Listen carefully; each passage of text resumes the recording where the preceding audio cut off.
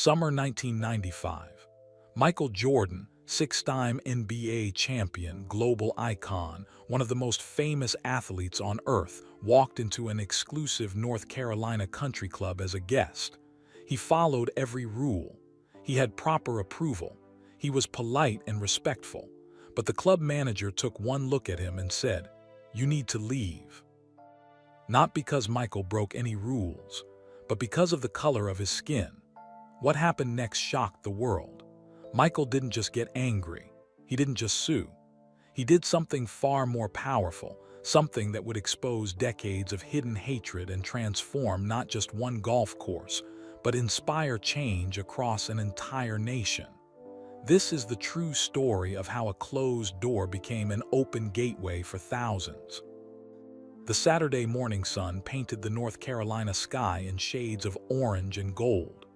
Michael Jordan sat in the passenger seat of his friend's silver Lexus, watching pine trees blur past the window.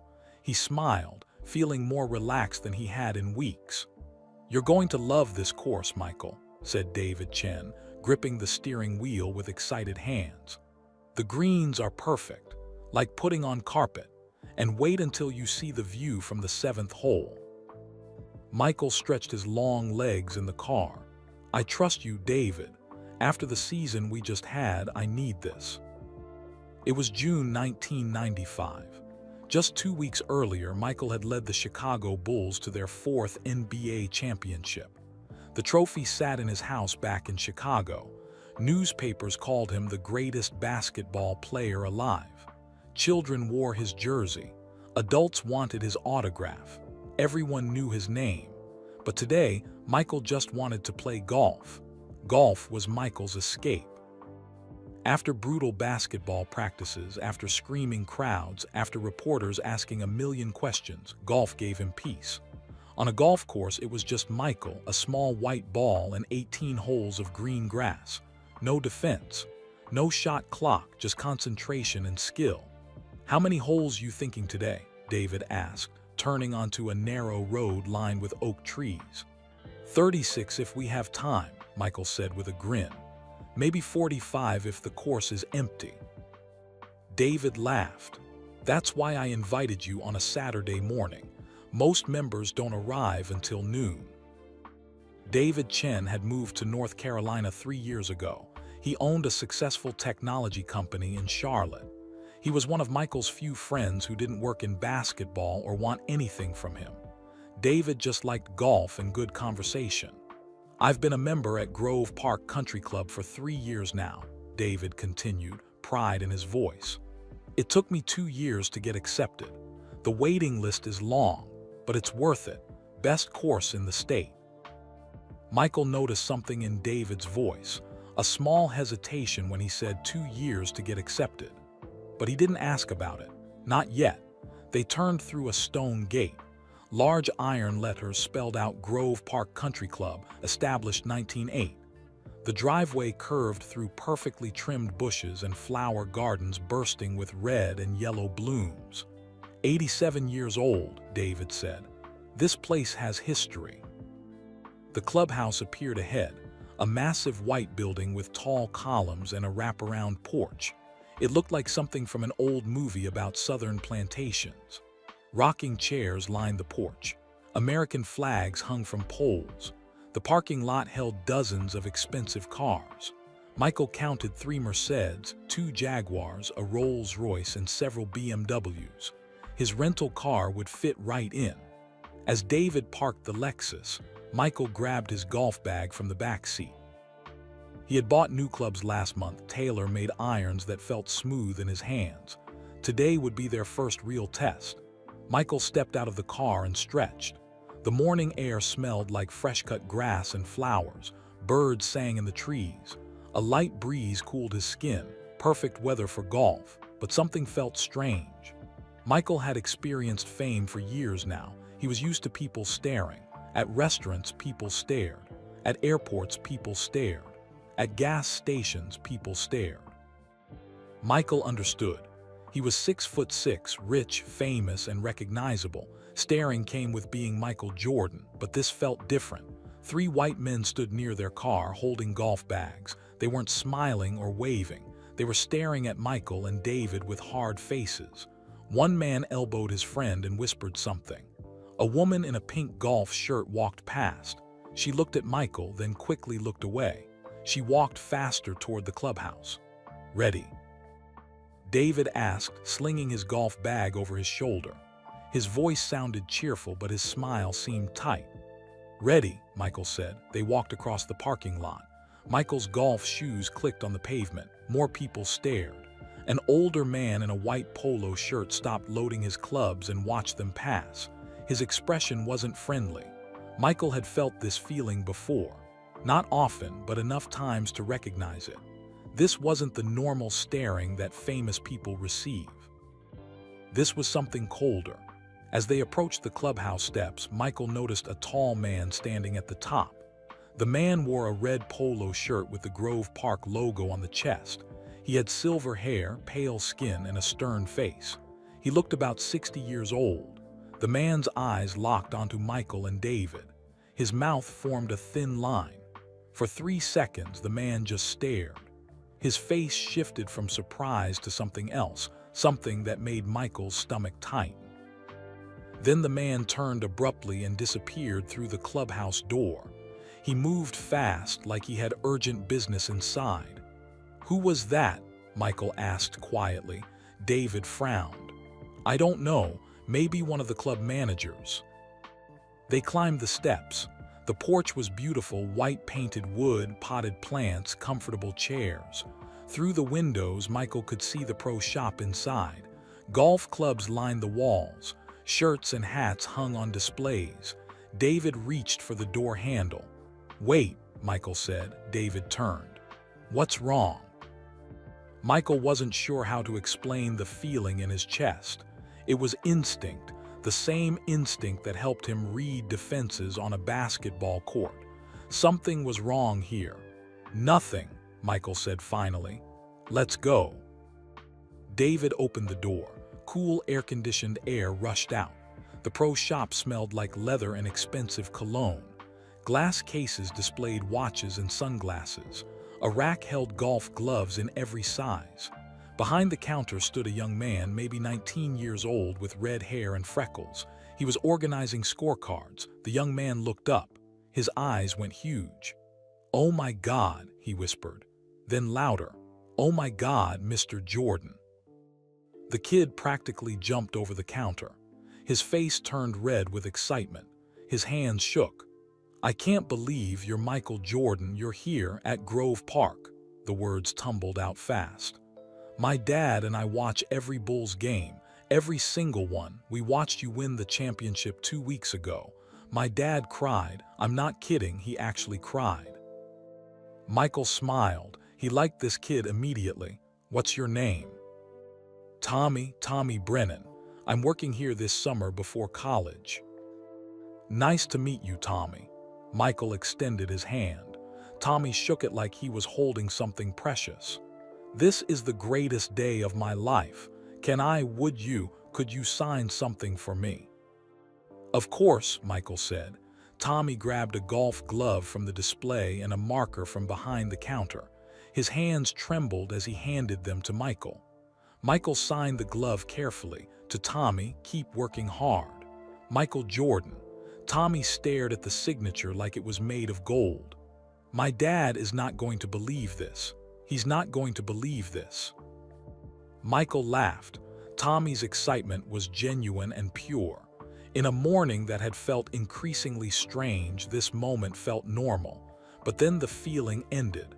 "Tommy." The voice came from behind them, cold, sharp, and commanding. Michael turned. The tall man in the red polo shirt stood in the doorway to the back office. Up close, Michael could see his name tag, Harrison Fletcher, club manager. Mr. Fletcher's face was hard as stone. "Tommy, why don't you take your break now?" Tommy looked confused. "My break isn't for another." "Now, Tommy." The cheerful energy drained from the room. Tommy looked at Michael apologetically, then hurried out through a side door. Harrison Fletcher turned his cold eyes to David Chen. He didn't look at Michael at all. "Mr. Chen," he said slowly, "may I speak with you privately?" David's jaw tightened. "Whatever you need to say, you can say in front of my guest." A long silence filled the pro shop. Mr. Fletcher's eyes finally shifted to Michael. The look lasted only a second, but Michael saw everything in it: judgment, dismissal, and something darker. "I'm afraid," Mr. Fletcher said carefully, "there's been a misunderstanding." Michael's hands formed fists at his sides. That feeling in his stomach, the warning had been right. The perfect morning was over. The air conditioning hummed quietly. Outside, birds still sang. Somewhere in the distance, a lawn mower buzzed across the perfect grass. But inside the pro shop, everything felt frozen. "What kind of misunderstanding?" David asked. His voice stayed calm, but Michael could hear the tension underneath. Harrison Fletcher clasped his hands behind his back. He stood very straight, like a soldier. "Grove Park has very specific membership policies. All guests must be approved 48 hours in advance by the membership committee." David pulled his phone from his pocket. His fingers moved quickly across the screen. "I submitted the guest request on Thursday morning. I have the confirmation email right here." He held up his phone. The email was clearly visible. "Guest request approved. Michael Jordan, Saturday, June 17, 1995. Mr. Fletcher didn't look at the phone. His eyes stayed fixed on a point somewhere above David's head. "The membership committee reviewed your request this morning," Mr. Fletcher said. Each word came out slow and deliberate. "Unfortunately, they've decided to decline approval." Michael felt heat rising in his chest. "This morning, but the email says approved." "The committee has the right to reverse any decision," Mr. Fletcher replied. Still, he didn't look directly at Michael. David's face turned red. "This is ridiculous. I'm a member. I have guest privileges. I followed every rule. What possible reason?" "Mr. Chen, please lower your voice. This is a private club." "Answer my question." David's voice did get louder. "What is the reason?" Harrison Fletcher's mouth formed a thin smile. It wasn't a friendly smile. It was the smile of someone who knew he had power and enjoyed using it. "We reserve the right to refuse service to anyone who doesn't meet our standards." The words hung in the air like poison. Michael had heard words like this before. Not exactly these words, but words that meant the same thing. Words that really meant, "You're not welcome here. You don't belong. Your skin is the wrong color." "Your standards," Michael repeated quietly. His voice was soft, but something dangerous lived underneath it. "What standards am I failing to meet?" For the first time, Harrison Fletcher looked directly at Michael Jordan. Their eyes locked. The older man's face showed no emotion, but Michael saw something flicker there. Maybe fear, maybe hatred, maybe both. "Club policy," Mr. Fletcher said. "That's not an answer," Michael said. "It's the only answer you're going to receive." David stepped between them. "This is discrimination. Do you understand who you're talking to? This is Michael Jordan, 6-time NBA champion, Olympic gold medalist. He's a businessman, a role model. I'm aware of who he is," Mr. Fletcher interrupted. His voice stayed cold and flat. "The committee's decision stands. I'm going to have to ask you both to leave." Michael put a hand on David's shoulder. "David, it's okay." "It's not okay," David practically shouted. "This is not okay. I'm going to call a lawyer. I'm going to call the newspaper. I'm going to call the NAACP. This club will be sued into the ground." "That's your right," Mr. Fletcher said calmly. "But right now, you need to leave the property." Other people had gathered near the pro shop entrance. Club members, mostly older white men and women, watched the scene with curious faces. Some whispered to each other. A few looked uncomfortable. Others looked satisfied. Michael saw all of it. He studied their faces the way he studied opponents on a basketball court. He memorized everything. Mr. Fletcher, Michael said quietly, do you own this club? The question seemed to surprise the manager. His eyebrows raised slightly. What? Do you own Grove Park Country Club? Is it your property? Mr. Fletcher straightened his red polo shirt. No, I'm the club manager. I manage operations and oversee staff. So who does own it? The club is owned by a private corporation, the Highland Grove Investment Group, but I don't see what. Who runs this corporation? Michael asked. A board of owners, 5 individuals. Look, this isn't relevant. What are their names? Mr. Fletcher's jaw clenched. That information is private. Is it? Michael's voice stayed soft, almost gentle. When a business discriminates against someone, don't they have a right to know who made that decision? Nobody discriminated against anyone, Mr. Fletcher said quickly, too quickly. The membership committee simply decided. Based on what criteria? Michael interrupted. Based on club standards. You keep saying standards without explaining what they are. Sweat appeared on Mr. Fletcher's forehead despite the air conditioning. I think this conversation is over. Please leave now, or I'll have to call security. Michael didn't move. He stood perfectly still, looking at Harrison Fletcher with calm, steady eyes. This was the look he gave opponents when they talked trash during games. The look that said, you just made a mistake, and I'm going to make you pay for it. One more question, Michael said. Is Grove Park for sale? Harrison Fletcher actually laughed. It was a harsh sound like coughing. Grove Park Country Club for sale? No, absolutely not. This club has been owned by the same families for 87 years. It's a legacy property. The owners would never sell. Everything's for sale, Michael said quietly, for the right price. Something in Michael's tone made Mr. Fletcher's smile disappear. The manager looked at Michael more carefully now, like seeing him for the first time. Are you threatening to buy this club? Mr. Fletcher asked.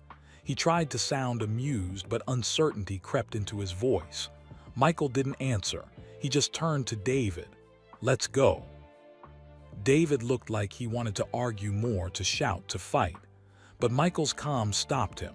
They walked toward the exit. Every person in the pro shop watched them leave. Michael heard whispers behind him. Can you believe the nerve? I'm glad Harrison sent them away. This used to be a respectable club. Michael's hands formed fists, but he kept walking. His mother's voice echoed in his head from childhood. Don't let them see you angry. Anger is what they want. Show them dignity instead. Outside, the morning sun felt too bright. The beautiful flowers seemed to mock them.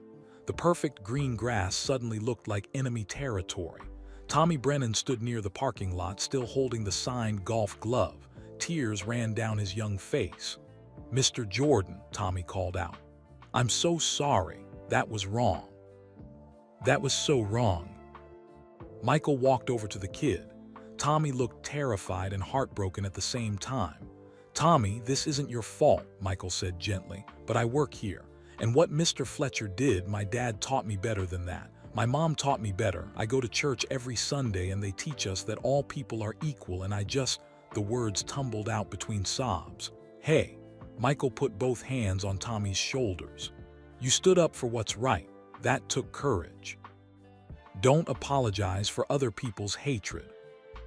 Tommy wiped his eyes with his sleeve. Will you come back, please? When this gets fixed, will you come back and play here?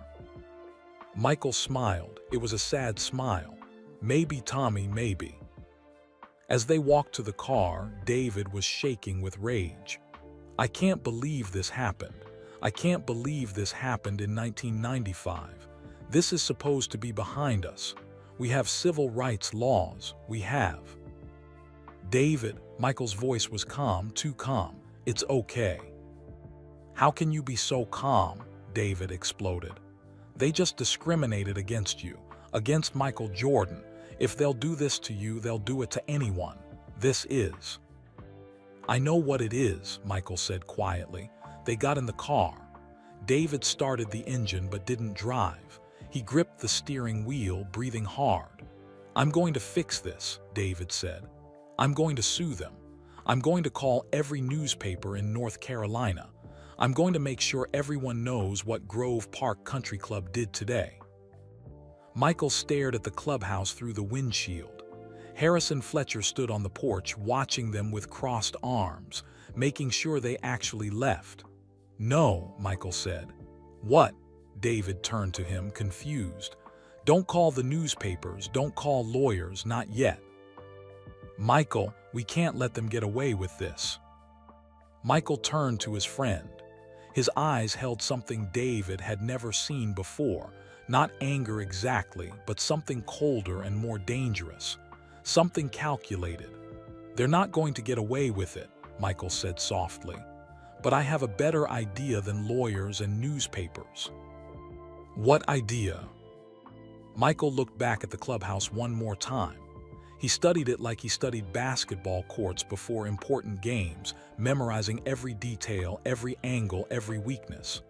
A much better idea, he whispered. Then he pulled out his phone and dialed a number. Curtis, it's Michael. I need you to research something for me. Everything you can find, and Curtis, keep this completely private. Nobody can know about this. Not my agent, not my teammates. Nobody. David listened as Michael gave instructions. His friend's voice stayed calm and businesslike, but David heard something underneath it, something that made him both excited and nervous.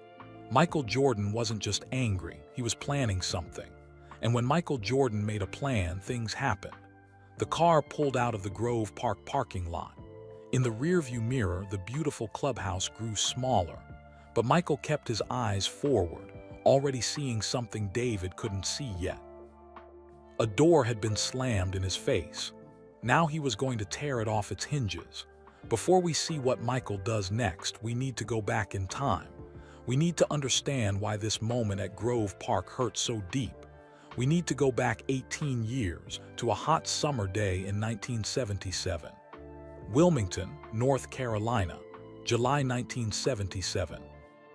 12-year-old Michael Jordan ran down Shipyard Boulevard with his older brother Larry and their best friend Leary Jackson.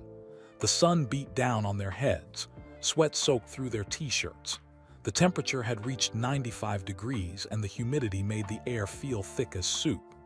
Last one to the pool is a rotten egg, Larry shouted, running faster. Michael pumped his skinny legs harder. Even at 12, he hated losing. He hated it more than anything in the world. The Wilmington public pool appeared ahead, a big rectangle of blue water surrounded by concrete. Michael could hear children screaming and laughing. He could smell chlorine and sunscreen. His mouth watered thinking about that cold water. The three boys reached the entrance, breathing hard. A chain-link fence surrounded the pool. Through the fence, Michael could see at least 50 kids swimming, diving, and playing. Water splashed everywhere. Parents sat in chairs under umbrellas. Come on, Lear said, pushing through the gate. But a white security guard stepped in front of them. He was a big man, maybe 40 years old, with a sunburned face and a dark blue uniform that looked too hot for summer. Hold it, the guard said. His hand went up like a stop sign. The three boys stopped. Water dripped from children on the other side of the fence. Michael could hear their happy voices. Pool's closed, the guard said. Larry frowned. Closed, but people are swimming right there. Private event today, the guard said. He didn't look at the boys when he spoke. He looked over their heads at something in the distance. Michael looked past the guard at the pool. Every single person swimming was white. Every single parent sitting in chairs was white. Not one black person was in that water. What private event? Leary asked. Just a private event. You boys need to move along. But we walked 30 minutes to get here, Michael said. His voice came out small and confused. It's so hot. Can't we just swim for a little while? Pool's closed to you, the guard said. This time he looked directly at Michael. His eyes were cold and empty. Now go on home. Larry's hands formed fists. He was 14 and bigger than Michael. "This is a public pool. We have a right." I said move along. The guard's voice got louder. His hand moved toward the club hanging from his belt. The three boys backed away slowly. Behind them, white children laughed and splashed in the cool water. Michael felt tears burning in his eyes, but he refused to cry. Crying was for babies. Crying was for losers. They walked home in silence. The sun felt even hotter now. Michael's throat was dry. His skin burned. When they reached the Jordan family's small house on Gordon Road, their mother Dolores was in the kitchen making lunch. She took one look at their faces and knew something was wrong. "What happened?" she asked. Larry told her everything: the guard, the private event, the pool full of white children. Dolores Jordan's hands gripped the kitchen counter. Her knuckles turned white. For a moment, she didn't speak. Michael had never seen his mother look like this, angry and sad and tired all at once. Then she grabbed her purse and her car keys. "Get in the car," she said. 10 minutes later, they were back at the pool. Dolores marched straight up to the security guard. She stood tall and proud in her church dress. Her voice didn't shake, but Michael could hear the anger underneath it, controlled and powerful. "My children have every right to swim in a public pool," she said. "This pool is paid for by tax money, my tax money, our tax money." The guard looked uncomfortable now. He shifted his weight from foot to foot. "Ma'am, I'm just following orders. You'll have to take it up with the city."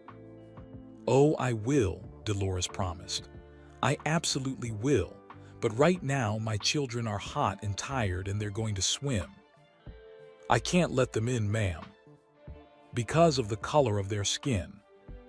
The guard didn't answer. He didn't have to. The answer was written on his face. Dolores stared at him for 10 long seconds. Then she turned to her sons. "Get in the car." On the drive home, nobody spoke. Michael pressed his forehead against the hot car window.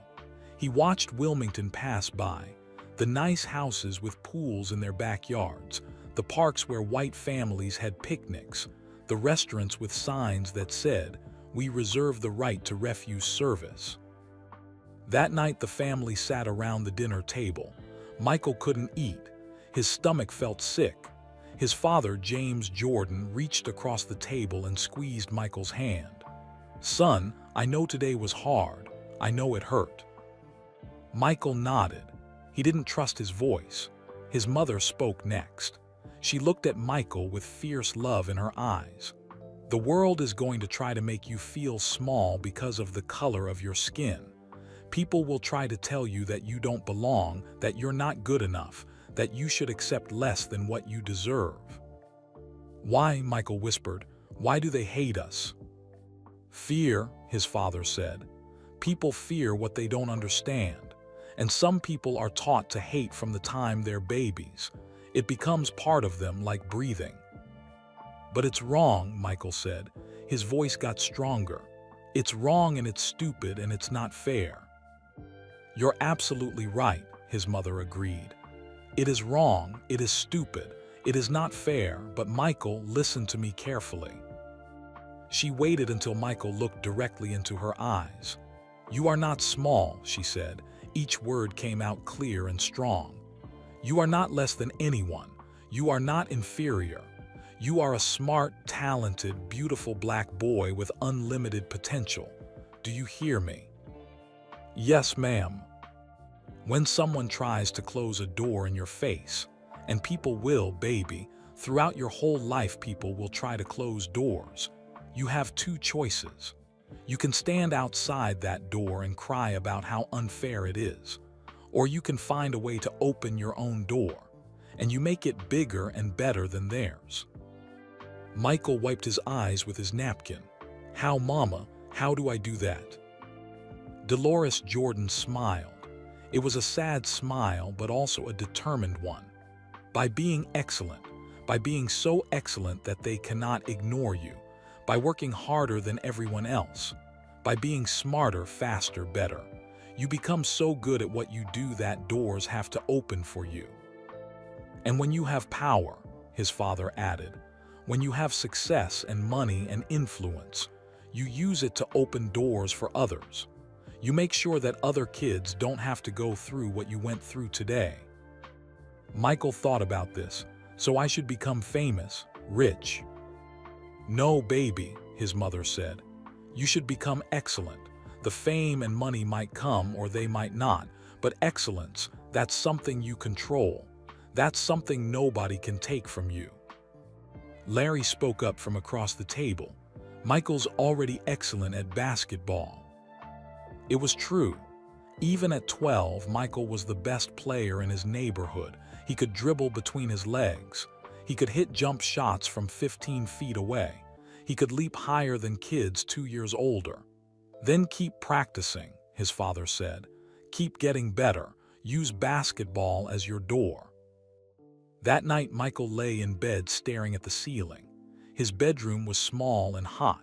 A cheap fan buzzed in the corner. Through the thin walls, he could hear his parents talking in low voices about bills and groceries and the unfairness of the world. Michael made a promise to himself that night, a promise he would keep for the rest of his life. I will be so good that they can't ignore me. I will be so excellent that every door opens. And when I have power, I will remember this day. I will remember how it feels to be turned away, and I will make sure other people don't have to feel this way. He fell asleep with his fists clenched, already planning tomorrow's basketball practice. Return to present day, Grove Park parking lot, June 1995. Michael sat in David's car, the phone pressed to his ear, talking to his attorney Curtis Washington. That memory from 1977 played in his mind like a movie. The pool, the guard, his mother's words, find a way to open your own door and make it bigger and better than theirs. 18 years had passed since that day at the Wilmington pool. Michael had made good on his promise. He had become excellent. He had won 6 NBA championships, 2 Olympic gold medals, and became the most famous athlete on planet Earth. He had earned millions of dollars. He had power. Now someone had closed another door in his face. But this time, Michael wasn't 12 years old. He wasn't powerless. He wasn't helpless. This time, he could do something about it. Curtis, I need complete information on Grove Park Country Club, Michael said into the phone. His voice was calm and businesslike. Who owns it? How much it's worth? Financial records, membership lists, everything. And Curtis, this stays between us. Nobody else can know. Curtis Washington's voice came through the phone. Michael, what are you planning? Michael looked at the clubhouse in the rearview mirror one more time. Harrison Fletcher still stood on the porch, arms crossed, making sure they were really leaving. I'm planning to open a door, Michael said. A big one. He hung up the phone and turned to David. Take me to the airport. I need to get back to Chicago. What are you going to do? David asked. Michael didn't answer right away. He thought about his mother's kitchen in 1977. He thought about her strong voice and her fierce love. He thought about the promise he'd made to himself as a 12-year-old boy lying in a hot bedroom. I'm going to buy Grove Park Country Club, Michael said quietly. David's mouth fell open. You're going to? What? Buy it, the whole thing, the clubhouse, the golf course, all of it. Michael, that's crazy. That place has been owned by the same families for almost 90 years. They'll never sell. Michael smiled. It wasn't a happy smile. It was the smile he wore during playoff games when opponents talked trash. The smile that meant, you just made a mistake you're going to regret. Everything's for sale, David. You just have to offer the right price. But why? Why would you want to own a place that discriminated against you? Michael turned to his friend. His eyes were serious and determined. Because when I own it, I'm going to make sure nobody ever gets turned away again because of the color of their skin. I'm going to open that door so wide that everyone can walk through. Black, white, Asian, Hispanic, everyone. He paused, then added quietly, my mama told me to open my own doors. Well, I'm going to open this one. and I'm going to open it for everyone who comes after me." David started the car. As they drove away from Grove Park, Michael looked back one final time. Harrison Fletcher was still standing on that porch, confident and satisfied, thinking he'd won. He had no idea what was coming. Michael Jordan had just declared war, and Michael Jordan never lost. 1 week later, Chicago, Illinois.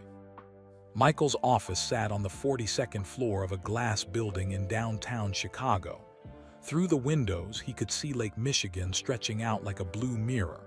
Sailboats dotted the water. The city hummed with life below, but Michael wasn't looking at the view. He was looking at three people sitting around his conference table. Curtis Washington sat to his left. Curtis was 41 years old, sharp as a knife, and had been Michael's attorney since 1986. He wore an expensive gray suit and wire-rimmed glasses. Curtis handled all of Michael's big business deals, endorsement contracts, real estate purchases, and investments. Next to Curtis sat Rebecca Steinberg. She was 36, with short dark hair and intense brown eyes. Rebecca specialized in real estate investment. She had helped Michael buy 3 commercial properties in Charlotte and 2 apartment buildings in Chicago. She knew everything about property values, zoning laws, and market analysis. Across from them sat James Park. James was 45, Korean American, and one of the best private investigators in Illinois. He could find information that didn't want to be found. He could trace money through complicated business deals. He could uncover secrets that people tried to hide. Papers and photographs covered the conference table. Financial documents, property records, membership lists. Everything they had discovered about Grove Park Country Club. "Okay," Michael said, sitting down at the head of the table. "Tell me everything." Rebecca opened a thick folder. Grove Park Country Club was established in 1908 by 5 wealthy families from North Carolina. For the first 83 years, they had written rules: no black members, no Jewish members, and no women allowed to play on weekends. Michael's jaw tightened. Written rules. Yes, right in their charter documents. They didn't even hide it. In 1991, after a discrimination lawsuit threatened them, they officially removed those rules. But they found other ways to keep people out, Curtis finished. "Exactly," Rebecca said. "Since 1991, they've only accepted 2 non-white members. One is your friend David Chen. The other is Dr. Raymond Williams, a heart surgeon who joined in 1993. Both of them pay membership fees that are 35% higher than white members." "How is that legal?" Michael asked. Curtis shook his head. "It's not, but they disguise it. They claim the higher fees are for platinum membership status, which includes special benefits. But those benefits are meaningless. Things like priority tee times on a course that's never crowded or preferred parking in a lot that's never full." "So they're still discriminating," Michael said. "They just hide it better now." "Correct," Curtis said. James Park turned his laptop around so everyone could see the screen. 5 photographs appeared: 4 older white men and 1 older white woman. "These are the 5 owners of Highland Grove Investment Group, which owns Grove Park," James explained. "Thomas Whitfield III, age 67. He's president of Whitfield Community Bank in Charlotte. Margaret Ashworthdale, age 71. She inherited her share from her father. She lives half the year in North Carolina and half the year in London." He clicked to the next photo. Preston Burke, age 62. Real estate developer. He builds shopping centers and office parks. William Harrison, age 64. He's the older brother of Harrison Fletcher, the club manager who turned you away. And finally, Charles Rutherford, age 69, retired tobacco executive. Michael studied each face carefully. He memorized them. What else? Rebecca pulled out more papers. Grove Park sits on 340 acres. The property alone is worth approximately $8.5 million. The club has 340 members who pay annual dues. Last year, they collected $2.2 million in membership fees, plus another $3.1 million from their restaurant, pro shop, and special events. So they're making good money, Michael observed. Not exactly, Rebecca said. Their operating expenses are high. Staff salaries, course maintenance, property taxes, insurance. It adds up. Last year, their total profit was only $83,000. Curtis leaned forward. And they have a major problem coming. Their main water line is 60 years old. It's failing. Engineers estimate it will cost $1.8 million to replace it. That expense will wipe out their cash reserves completely. Michael's eyes narrowed. So they need money. They need money badly, Rebecca confirmed. And that's not their only problem. The roof on the clubhouse is 20 years old and leaking. The kitchen equipment needs upgrading to meet new health codes. The parking lot is cracking. We estimate they need at least $3 million in repairs over the next 2 years. Which they don't have, Michael said. Which they don't have, Rebecca agreed. James clicked to another screen on his laptop. Now here's where it gets interesting. I did deep background research on all 5 owners. Preston Burke's real estate company is in serious trouble. He has 3 properties in foreclosure. His bank accounts show he's struggling to make payroll. So he needs cash, Michael said. Desperately. Charles Rutherford is in a nasty divorce. His ex-wife is demanding half of everything he owns, including his share of Grove Park. His lawyers are costing him $50,000 a month. And Thomas Whitfield's bank is being investigated by federal regulators for making questionable loans to friends and family members. Curtis whistled low. 3 of the 5 owners have serious money problems. What about the other 2? Michael asked. William Harrison and Margaret Ashworth-Dale.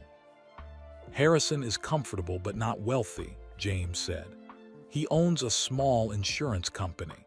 He could probably survive without selling his share of Grove Park, but an influx of cash would definitely help him. Margaret is the only one who doesn't need money. She inherited millions from her father. She lives off trust fund income. Michael stood and walked to the window. He looked out at Chicago, thinking hard. His mind worked like it did during basketball games, analyzing angles, seeing patterns, planning moves 3 steps ahead. What if someone offered them $12 million cash? Michael asked quietly. The room went silent. Rebecca spoke first. Michael, $12 million is a lot of money. Are you serious about this? Michael turned from the window. His face was calm but determined. How much do I have in liquid assets right now? Curtis consulted his notes. Between your savings accounts, investment accounts, and bonds, about $47 million. But Michael, spending $12 million on a golf course that just discriminated against you. It's not just a golf course, Michael interrupted. His voice was quiet but intense. It's a symbol. It's every door that was ever closed in my face. Every time someone looked at me and saw my skin color before they saw me. Every kid who gets turned away from a pool or a restaurant or a club because of something they can't control. He walked back to the table and placed both hands flat on the surface. My mother told me something when I was 12 years old. She said when someone closes a door on you, you open your own door and make it bigger and better. That's what I'm going to do here. But what's your end game? Curtis asked. You buy the club, then what? Run it yourself? No, Michael said. I buy the club and then I change everything. New membership rules, no discrimination of any kind. Lower fees for everyone. Scholarships for junior golfers from poor neighborhoods. I turn Grove Park into a place that welcomes everyone, not just wealthy white people. Rebecca was making notes rapidly. That's Actually beautiful, Michael, but it's going to be expensive and complicated, and the current owners might refuse to sell just out of spite once they realize you're the buyer. That's why they can't know it's me, Michael said. Not until after the deal is done. James Park smiled slowly. You want to use a shell company? Exactly, Michael said. Can you set that up? Absolutely. I'll create a Delaware corporation. Put Curtis and Rebecca as the listed owners. Give it a generic name, something that sounds like any other investment group. Nobody will connect it to you. Curtis removed his glasses and cleaned them, thinking, this is risky, Michael. If word leaks out that you're trying to buy Grove Park, the price will skyrocket, or they'll refuse to sell entirely just to keep you out. Then we make sure word doesn't leak, Michael said. Nobody outside this room can know. Not my agent, not my teammates, not my family, just the four of us. He looked at each person carefully. Can you do this? Can you help me buy Grove Park without anyone discovering I'm behind it? Curtis put his glasses back on. It won't be easy, but yes, I think we can. Rebecca nodded. I'm in. James grinned. This is going to be fun. Michael sat down again. For the first time since leaving Grove Park a week ago, he smiled. A real smile, not the angry smile from that day. Okay then, he said. Let's open this door. 3 weeks later, Delaware. James Park sat in a small office in Wilmington, Delaware. Not North Carolina, but the other Wilmington up north. Delaware was famous for one thing in the business world. Companies loved to register there because the laws were friendly and the paperwork was easy. James filled out forms on a computer. He typed carefully, making sure every detail was perfect. Company name: Pinnacle Golf Ventures, LLC. Business purpose: investment and management of recreational properties. Registered agents: Curtis Washington and Rebecca Steinberg. Business address: a small office building in Dover, Delaware that James rented for $300 a month. Nowhere on any form did Michael Jordan's name appear. Nowhere was there any connection to basketball, the Chicago Bulls, or anything that would make people suspicious. James printed the papers, signed them, and filed them with the Delaware Secretary of State. 3 days later, Pinnacle Golf Ventures, LLC officially existed. The trap was set. Charlotte, North Carolina, 1 week later. Rebecca sat in a coffee shop across from a man named Gerald Simmons. Gerald was a business broker, someone who helped people buy and sell companies and properties. He was 52 years old, wore a cheap suit, and talked very fast. Gerald made his living on commissions. If he helped someone buy a property, he got paid a percentage. Rebecca sipped her coffee and smiled pleasantly. Mr. Simmons, thank you for meeting with me. Please call me Gerald. He pulled out a notepad. You said on the phone that your company is looking to invest in country clubs. That's correct. Pinnacle Golf Ventures specializes in acquiring and improving recreational properties throughout the Southeast. We have $50 million to invest over the next 18 months. Gerald's eyes went wide. $50 million meant huge commissions. That's wonderful. What exactly are you looking for? Rebecca pulled out a typed list from her briefcase. We've identified 20 potential properties that fit our criteria. Established clubs with good locations, but perhaps need some capital investment. We're particularly interested in North Carolina, Virginia, and Georgia. She slid the list across the table. Gerald scanned it eagerly. His finger moved down the page. Rebecca watched his face carefully. Grove Park Country Club was number 17 on the list. Not too high to seem obvious, not too low to seem unimportant, just another name among 20 possibilities. This is an excellent list, Gerald said. Some of these clubs aren't going to be for sale. Country clubs often stay in the same families for generations, but let me make some calls. I'll reach out to all 20, and see which ones might be open to conversations. Perfect, Rebecca said. We're not in a rush. We want to find the right properties.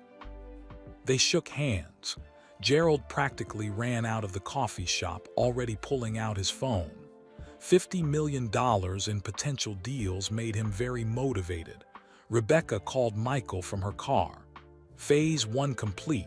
The bait is in the water. Good, Michael said. Now we wait. Chicago, Michael's life continues.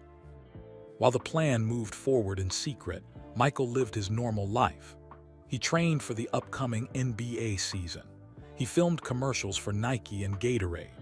He played golf at courses in Chicago where everyone welcomed him with smiles and handshakes. In public, Michael never mentioned Grove Park. A few sports reporters asked why he'd returned from North Carolina so suddenly that weekend, but Michael just smiled and said he had business meetings in Chicago. But privately, Michael was obsessed. Every night after practice, he went to his office and studied the documents about Grove Park. He memorized the financial statements. He read the ownership agreements. He studied maps of the property. Curtis warned him during one late-night phone call. Michael, you're spending a lot of mental energy on this. Are you sure it's worth it? It's worth it, Michael said simply. But if word gets out that you're the buyer, everything falls apart. The price goes up, or they refuse to sell just to spite you. This whole plan depends on secrecy. I know, Michael said. That's why I haven't told anyone, not my family, not my teammates, nobody. Your mother doesn't know? Curtis asked, surprised. Michael paused. Not yet. I'll tell her when it's done. 1 week later, Gerald Simmons calls back. Rebecca's phone rang while she was reviewing property documents in her hotel room in Charlotte. Rebecca, it's Gerald Simmons. I have good news. Rebecca put him on speakerphone. Curtis was in the room with her and Michael was on a conference call from Chicago. I contacted all 20 properties on your list, Gerald said excitedly. Most of them said no. They're not interested in selling, but 3 clubs are willing to have preliminary conversations. Rebecca kept her voice casual. Which 3? Pinehurst Valley Club in Virginia, Sutton Hills Country Club in Georgia, and Grove Park Country Club right here in North Carolina. Rebecca glanced at Curtis. He gave her a thumbs up. That's wonderful news, Gerald. Let's begin conversations with all 3. We don't want to put all our eggs in one basket. Smart thinking, Gerald agreed. I'll set up meetings. When can you come to Charlotte? I can be there next week, Rebecca said. After hanging up, Michael's voice came through the conference call. It's working. Don't celebrate yet, Curtis warned. Getting them to the table is one thing. Actually buying the club without them discovering it's you, that's going to be much harder. 2 weeks later, Charlotte Marriott Hotel. Rebecca and Curtis sat in a rented conference room on the 3rd floor. The room was generic beige walls, a long table, boring paintings of landscapes, but it was private and professional. At 2 o'clock, 4 people walked in. 3 men and 1 woman connected by phone. Thomas Whitfield III entered first. He wore a navy suit and moved with the confidence of someone who'd been wealthy his entire life. Behind him came Preston Burke, looking tired and stressed. His suit didn't fit quite right anymore, like he'd lost weight from worry. William Harrison came next. He had the same stern face as his younger brother, the club manager. And Charles Rutherford walked slowly, looking older than his 69 years. Margaret Ashworthdale's voice came through a speakerphone on the table. Good afternoon from London. I apologize for not being there in person. Rebecca stood and shook hands with each man. Curtis did the same. They all sat down. Thank you for meeting with us, Rebecca began. Pinnacle Golf Ventures is excited about the possibility of investing in Grove Park. We've reviewed your club's history and we're impressed. She opened her laptop and displayed a presentation on a screen at the end of the room. Charts and graphs appeared, architectural drawings of renovated clubhouses, financial projections showing increased membership and revenue. Our business model is simple, Rebecca explained. We acquire established country clubs, invest in necessary improvements, and turn them into premier destinations. We've successfully done this with 3 properties in Florida and 2 in Texas. This was a lie. Pinnacle Golf Ventures hadn't done anything yet because it was only 6 weeks old, but the presentation looked convincing. James Park had created fake documents showing successful past projects. Everything looked real. Thomas Whitfield leaned back in his chair. Grove Park isn't struggling. We're profitable. We have a waiting list for new members. Curtis spoke up smoothly. Our research shows your net profit last year was $83,000. That's a profit margin of less than 2%. Most successful country clubs operate at 4 to 6% margins. Preston Burke's face twitched. He knew the numbers were tight. We also know about your infrastructure challenges, Rebecca added gently. The water line, the roof, the kitchen equipment, these are expensive repairs. The room got quiet. Charles Rutherford spoke for the first time. How much are you offering? Rebecca smiled. This was the moment they'd prepared for. We're prepared to offer $11.5 million cash. We can close in 45 days. You could have heard a pin drop. $11.5 million was more than any of them had expected. Preston Burke's eyes went wide. Charles Rutherford sat up straighter. Even Thomas Whitfield looked interested, but William Harrison shook his head firmly. Grove Park has been in our families for 4 generations. It's not just about money. It's about legacy. It's about tradition. Everything's about money, Preston muttered under his breath. What did you say? William turned to him sharply. I said everything's about money. Preston's voice got louder. William, you don't need cash right now, but some of us do. This is a generous offer. We're not selling our heritage to the highest bidder, William shot back. Your heritage, Preston stood up. Your heritage of what?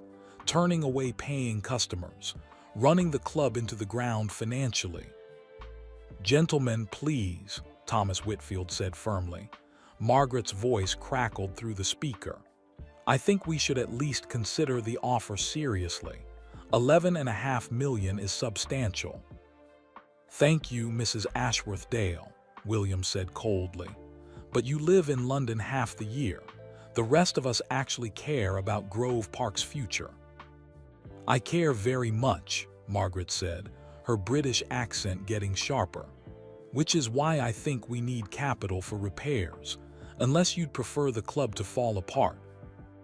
Rebecca stood up. I can see this is a family discussion that needs to happen privately. We don't want to cause conflict. Please talk among yourselves. We're making similar offers to 2 other clubs. Take 1 week to decide if you're interested in selling. If you are, we'll submit our final offer with complete terms. Curtis gathered their papers. As they walked toward the door, Preston Burke followed them into the hallway. He looked left and right, making sure they were alone. Then he spoke quietly. That water line is going to cost $1.8 million. The roof needs replacing, another $400,000. The kitchen equipment is ancient, $300,000. You're looking at close to $3 million in repairs minimum. Curtis nodded sympathetically. We've budgeted for major renovations, which is why our final offer will likely be lower than $11.5 million. Preston's face went pale. How much lower? That depends on what our inspectors find. Could be $10 million, could be $9 million. Preston looked sick. He needed this deal desperately, but he also needed it to be worth enough to solve his financial problems. Curtis added, of course, if Grove Park decides quickly, we might be more generous. But if this drags out and we commit our funds to another property, he shrugged. Preston nodded slowly and walked back into the conference room. Through the door, they could hear the 5 owners arguing loudly. In the elevator, Rebecca turned to Curtis with worried eyes. "Curtis, what if someone recognizes us? What if they connect us to Michael?" Curtis's confident smile faded slightly. Then everything falls apart. 2 days later, Wilmington, North Carolina. Michael drove his rental car down familiar streets.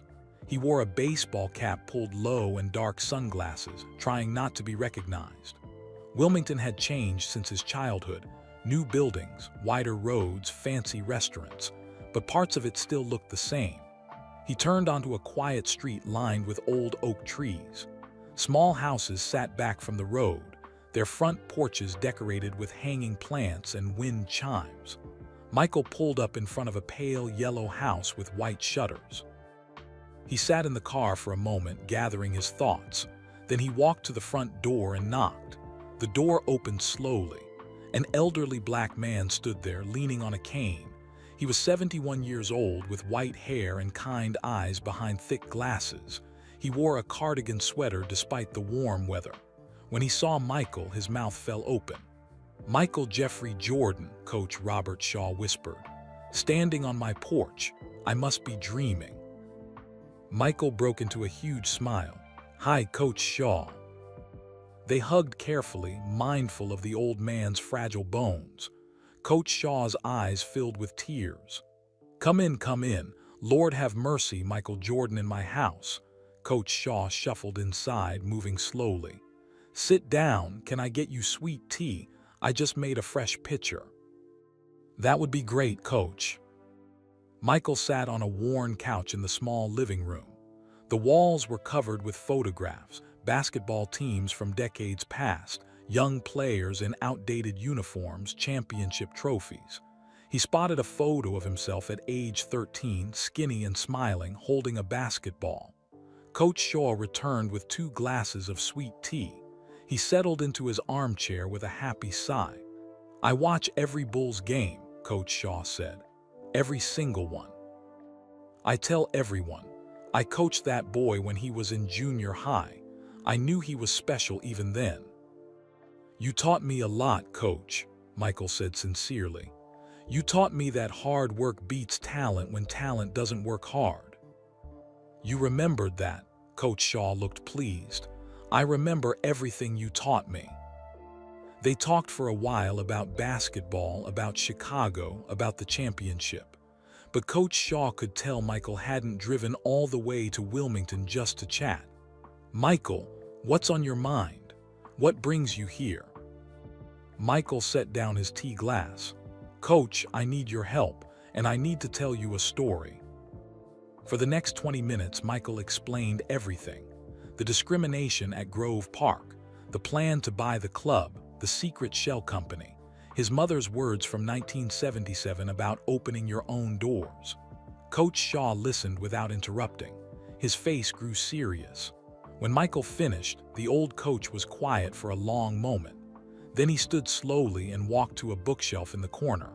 He pulled out an old photo album with a cracked leather cover. "Michael, I know about Grove Park," Coach Shaw said quietly. "I know the people who run it, and I know something you don't." He sat back down and opened the album. His fingers, bent with arthritis, flipped through plastic-covered pages. Old photographs in black and white showed people from another era, men in military uniforms, women in long dresses, children playing in yards.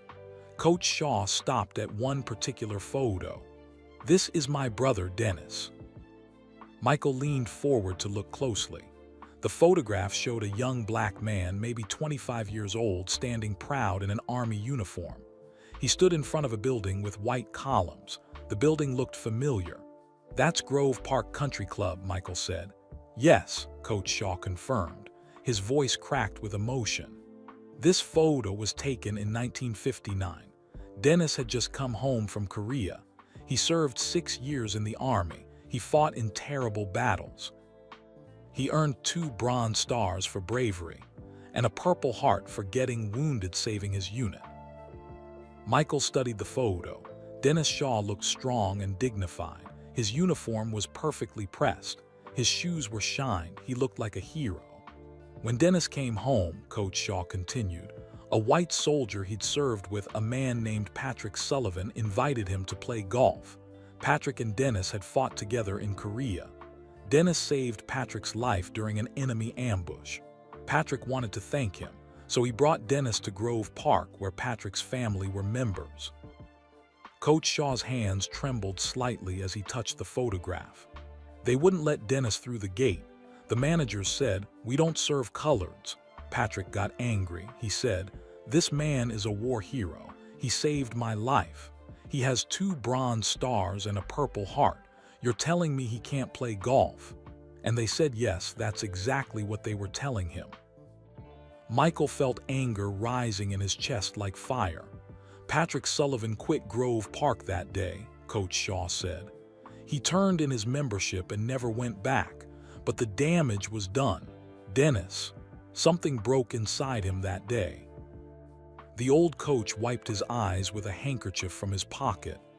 Dennis never talked about the war after that. He kept his medals in a drawer. He never wore his uniform again. He became quiet, sad. He started drinking. My parents tried to help him. I tried to help him, but he was different. The light went out of his eyes. Coach Shaw's voice dropped to barely a whisper. In 1967, 8 years after that day at Grove Park, Dennis took his own life.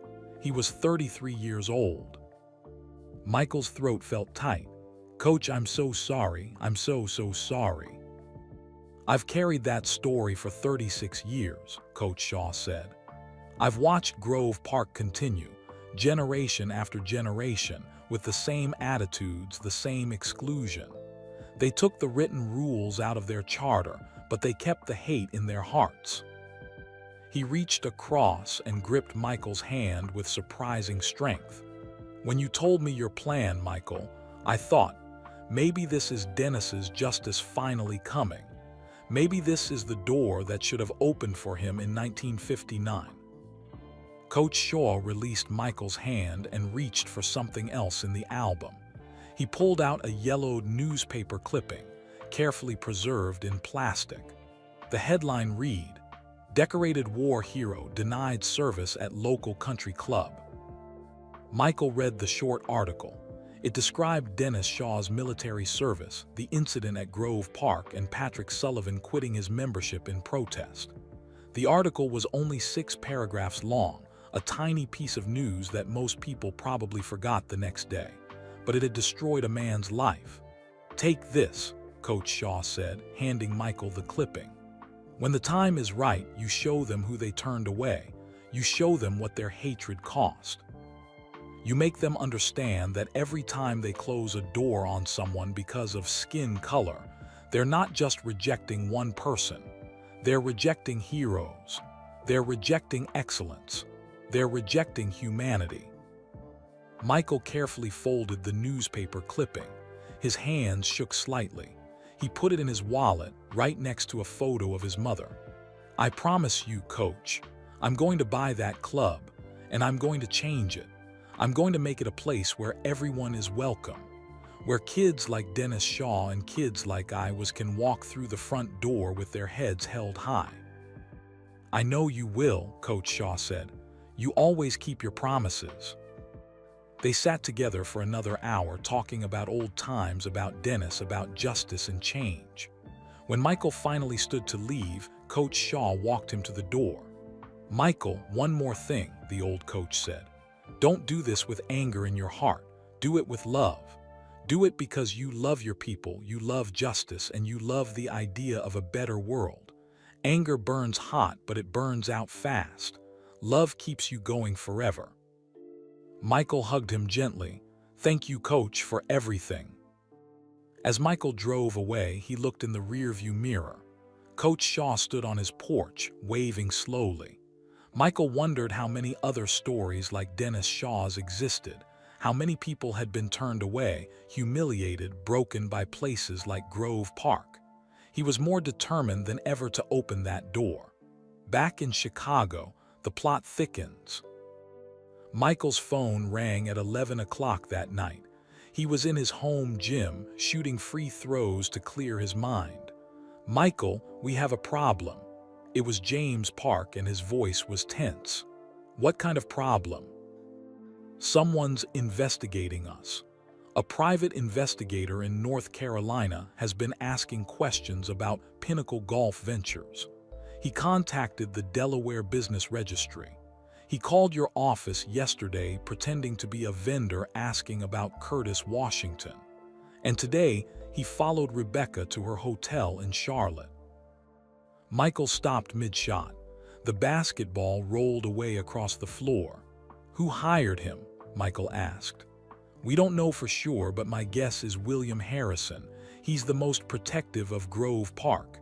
He probably got suspicious and decided to check us out."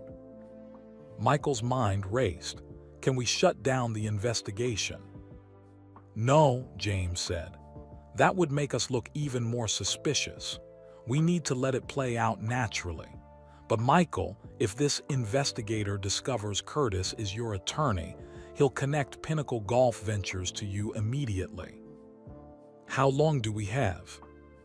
"Maybe a few days, maybe less. The investigator is good, he's digging deep." Curtis's voice joined the call. He'd been conferenced in. "Michael, we might need to abort the plan. If they discover you're behind this before we close the deal, they'll refuse to sell. We'll have wasted weeks of work." Michael picked up the basketball and turned it slowly in his hands. He thought about his mother's words. He thought about Coach Shaw's brother Dennis. He thought about every closed door he'd ever faced. "No," Michael said firmly. "We don't abort. We change tactics." "What do you mean?" Rebecca's voice joined the call. "We speed everything up. Rebecca, call Gerald Simmons first thing tomorrow morning. Tell him we need a final decision from Grove Park in 48 hours, not 1 week. Tell him we're close to closing on Sutton Hills in Georgia, and we need to allocate our funds." "That's extremely risky," Curtis warned. "Rushing them might make them suspicious. Or it might force Preston Burke and Charles Rutherford to push harder for the sale before they lose their chance," Michael countered. "They're desperate for money. They'll pressure the others." James spoke up. "It could work. If we can get them to agree to a deal in the next 2 days, we can start the closing process before the investigator reports back to William Harrison." "Exactly," Michael said. "But what if the investigator finds the connection before then?" Rebecca asked. Michael was quiet for 3 seconds. Then we tell them the truth." "What?" Curtis sounded shocked. "If they discover I'm the buyer before the deal is done, I'll go to Grove Park myself, face to face. I'll look them in the eyes and tell them exactly why I want to buy their club, and I'll dare them to say no to my money." The phone line was silent for a moment. "That's bold," James finally said. "It's the only option if our cover gets blown," Michael replied. "But let's make sure it doesn't come to that. Make the call tomorrow, Rebecca. Let's close this deal fast." After hanging up, Michael couldn't sleep. He lay in bed at 2 in the morning, staring at the ceiling. In his wallet on the nightstand, Coach Shaw's newspaper clipping about Dennis Shaw waited. Tomorrow, the Grove Park owners would make their decision. Tomorrow, Michael would find out if his plan worked. His phone rang again at 2:47 a.m. "Michael," James Park's voice was urgent. "You need to know something. The investigator just discovered the connection. He found out Curtis Washington is your attorney. He knows Curtis represents you in business deals." Michael sat up in bed. "When is he telling the Grove Park owners?" "He called William Harrison 20 minutes ago. They're meeting tomorrow morning at 9 o'clock for breakfast. He's going to give Harrison a full report." Michael looked at his clock. It was almost 3 in the morning. The investigator would reveal everything in 6 hours. The race was on. Wednesday morning, 6:47 a.m. Michael's phone rang continuously, first Curtis, Then Rebecca, then James again. Everyone was panicking. "We need to abort the plan," Curtis said for the third time. "If William Harrison finds out at 9 o'clock that you're behind Pinnacle Golf Ventures, he'll tell the other owners immediately. They'll refuse to sell. It's over." Michael was already dressed. He'd been awake since 3 o'clock, thinking, planning, calculating moves like a chess game. What time is the investigator meeting with Harrison? 9 o'clock, breakfast meeting at Grove Park. James confirmed it. Michael looked at his watch. 9 o'clock was 2 hours and 13 minutes away. He was in Chicago. Grove Park was a 2-hour flight to North Carolina plus driving time. Even if he left right now, he'd never make it. But Michael Jordan didn't become the greatest basketball player in the world by giving up when time ran out. "Rebecca," Michael said calmly, "call Gerald Simmons right now. Tell him Pinnacle Golf Ventures is prepared to make a final offer of $12 million, but only if the Grove Park owners can meet at 8 o'clock this morning. Tell him we need an answer by noon today because we're closing on Sutton Hills in Georgia this afternoon." Rebecca's voice was doubtful. "Michael, they'll never meet that fast. It's not even 7 in the morning yet. These are old, wealthy people who don't rush for anyone." "Preston Burke will rush," Michael said with certainty. "He's desperate for money. When he hears $12 million might disappear this afternoon, he'll drag the others to that meeting if he has to." Curtis spoke up. "But even if they meet at 8, the investigator is still telling Harrison everything at 9. We gain 1 hour. That's not enough time to close a deal." "It's enough time to get them to agree in principle," Michael said. "Once they shake hands and commit, backing out becomes much harder, especially when lawyers and contracts get involved." "This is insane," Curtis muttered. "We're gambling everything on 1 hour." "Do you have a better idea?" Michael asked. Silence on the phone. "I didn't think so," Michael said. "Rebecca, make the call, and don't take no for an answer. Tell Gerald we're wiring $12 million to Sutton Hills this afternoon unless Grove Park gives us an answer this morning." "Okay," Rebecca said. She didn't sound confident, but she was willing to try. "James," Michael continued, "I need you to slow down that investigator." "How?" James asked. Michael's mind was working fast, seeing angles and possibilities. "Call him. Tell him you're from the North Carolina State Bar Association. Tell him there's been a complaint filed against him for impersonating a vendor, which is illegal. Tell him he needs to appear at your office at 9 o'clock for questioning." James hesitated. "Michael, I can't pretend to be from the state bar. That's fraud." "You're not going to pretend. You're going to have someone else make the call. Use your investigator network. Pay someone to do it. It just needs to delay him for 2 hours." That's barely legal," James said slowly. "But is it legal?" Michael pressed.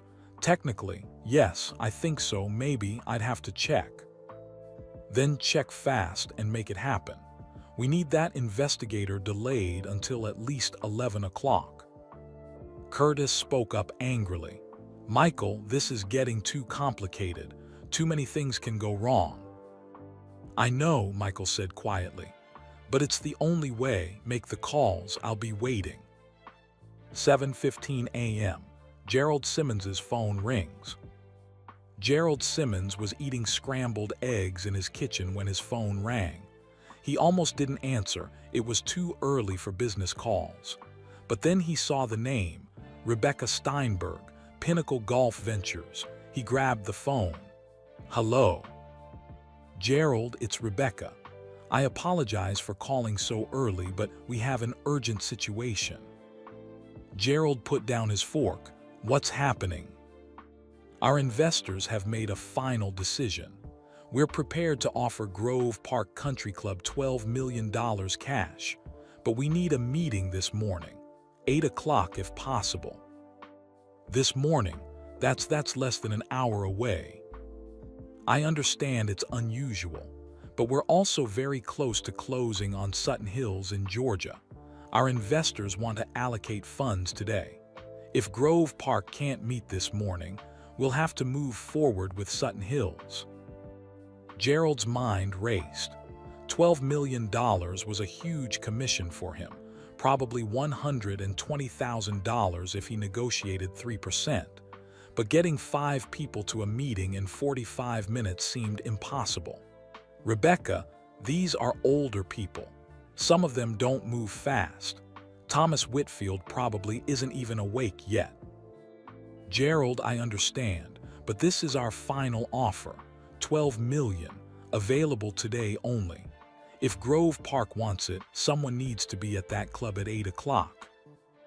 Gerald made a decision. Money was a powerful motivator. I'll make the calls. I can't promise anything, but I'll try. He hung up and immediately started dialing numbers. Thomas Whitfield answered on the 5th ring, his voice foggy with sleep. This better be important. Thomas, it's Gerald Simmons. Pinnacle Golf Ventures is offering $12 million for Grove Park. They want to meet at 8 this morning. What? That's ridiculous. It's not even 7:30. $12 million, Thomas, in cash. But they need an answer today. Silence. Then, why the sudden rush? They're closing on another property. They need to allocate their capital. It's now or never. More silence. Gerald could hear Thomas breathing, thinking. Fine, Thomas said finally. I'll be there, but this feels wrong. Something's not right. Next, Gerald called Preston Burke. Preston answered immediately. He'd been awake for hours, worrying about money. $12 million. Preston's voice got excited. I'll be there in 20 minutes. Margaret Ashworthdale was harder to reach. She was in London 5 hours ahead. But when Gerald finally got her on the phone at 1:30 in the afternoon London time, she agreed to join by conference call.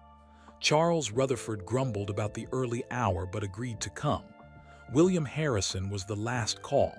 He was suspicious immediately. Why are they rushing us? William demanded. This smells like a trap.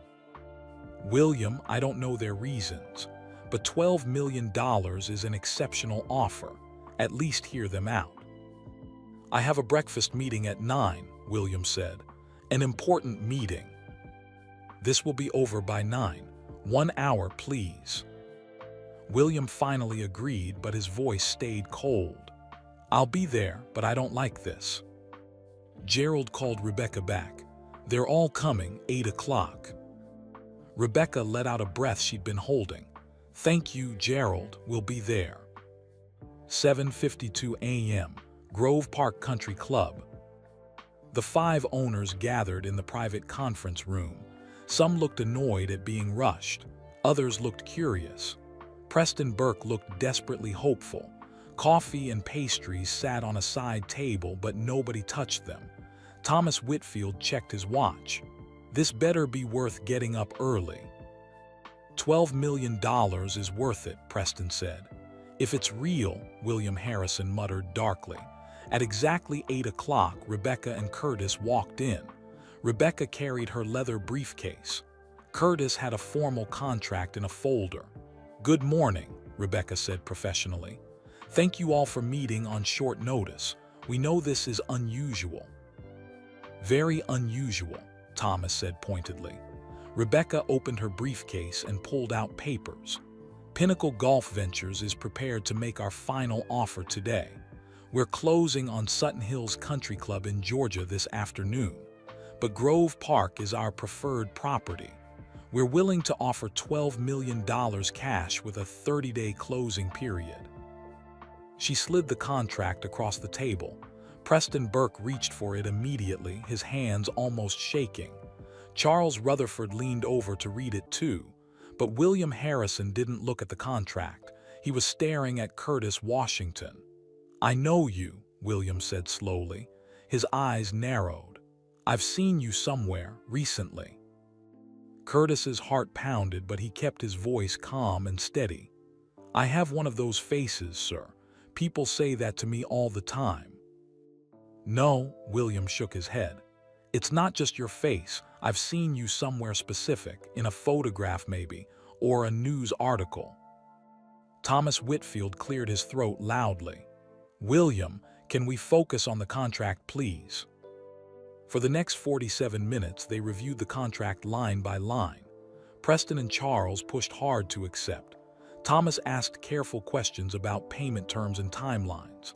Margaret's voice from the speakerphone asked about membership transition plans. William Harrison remained quiet, but his eyes kept returning to Curtis's face.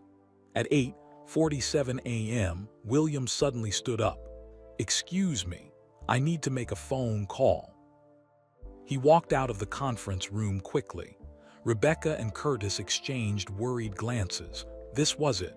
William was calling the investigator. In the hallway, William pulled out his cell phone and dialed.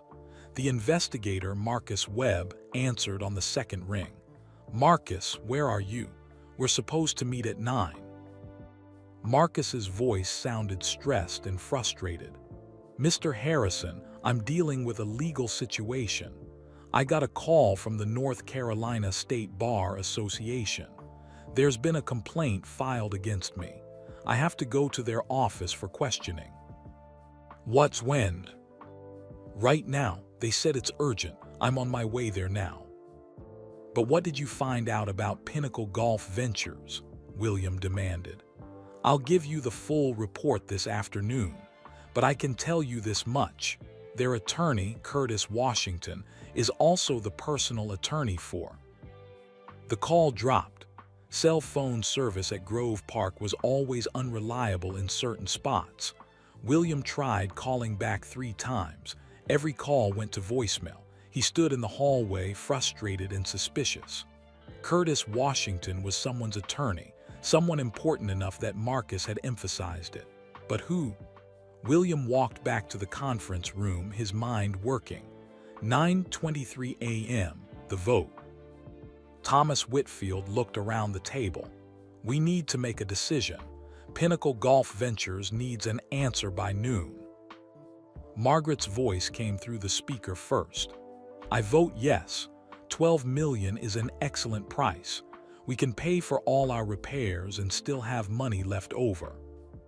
Preston Burke spoke quickly. "Yes, absolutely yes. This solves all our financial problems." Charles Rutherford nodded. "Yes, I need this." Thomas Whitfield thought for a long moment, his fingers tapping the table. Finally, "Yes, but I want a clause allowing current members to have first priority for membership under the new ownership." Rebecca nodded. "We can add that clause, no problem." Everyone looked at William Harrison. William sat very still, his jaw tight. He looked at Curtis one more time, trying to remember where he'd seen him. "I don't trust this," William said quietly. "Something feels wrong, but I'm outvoted anyway, so yes, on the condition that we have a 60-day inspection period." Curtis shook his head firmly. 30 days or no deal." William's face flushed red. "That's not enough time to—" 30 days, Curtis repeated. "That's our final offer, take it or leave it." William stared at Curtis with pure anger. Then he looked at the other owners. Preston looked desperate. Charles looked pleading. Even Thomas seemed ready to accept. "Fine," William said through clenched teeth. 30 days. They shook hands around the table. The deal was made, pending inspections, final paperwork, and closing. Rebecca kept her face professional, but inside she was screaming with excitement. Curtis gathered the signed preliminary agreement carefully. As they walked to their rental car, Curtis was shaking. "We did it. We actually did it." But Rebecca wasn't celebrating. Her face looked worried. "Curtis, we have 30 days before closing. William Harrison is suspicious. That investigator is going to give him a full report this afternoon. When William finds out Michael Jordan is behind this deal, What do you think he'll do? Curtis stopped walking. The morning sun suddenly felt very cold. He'll try to kill the deal, Curtis said quietly.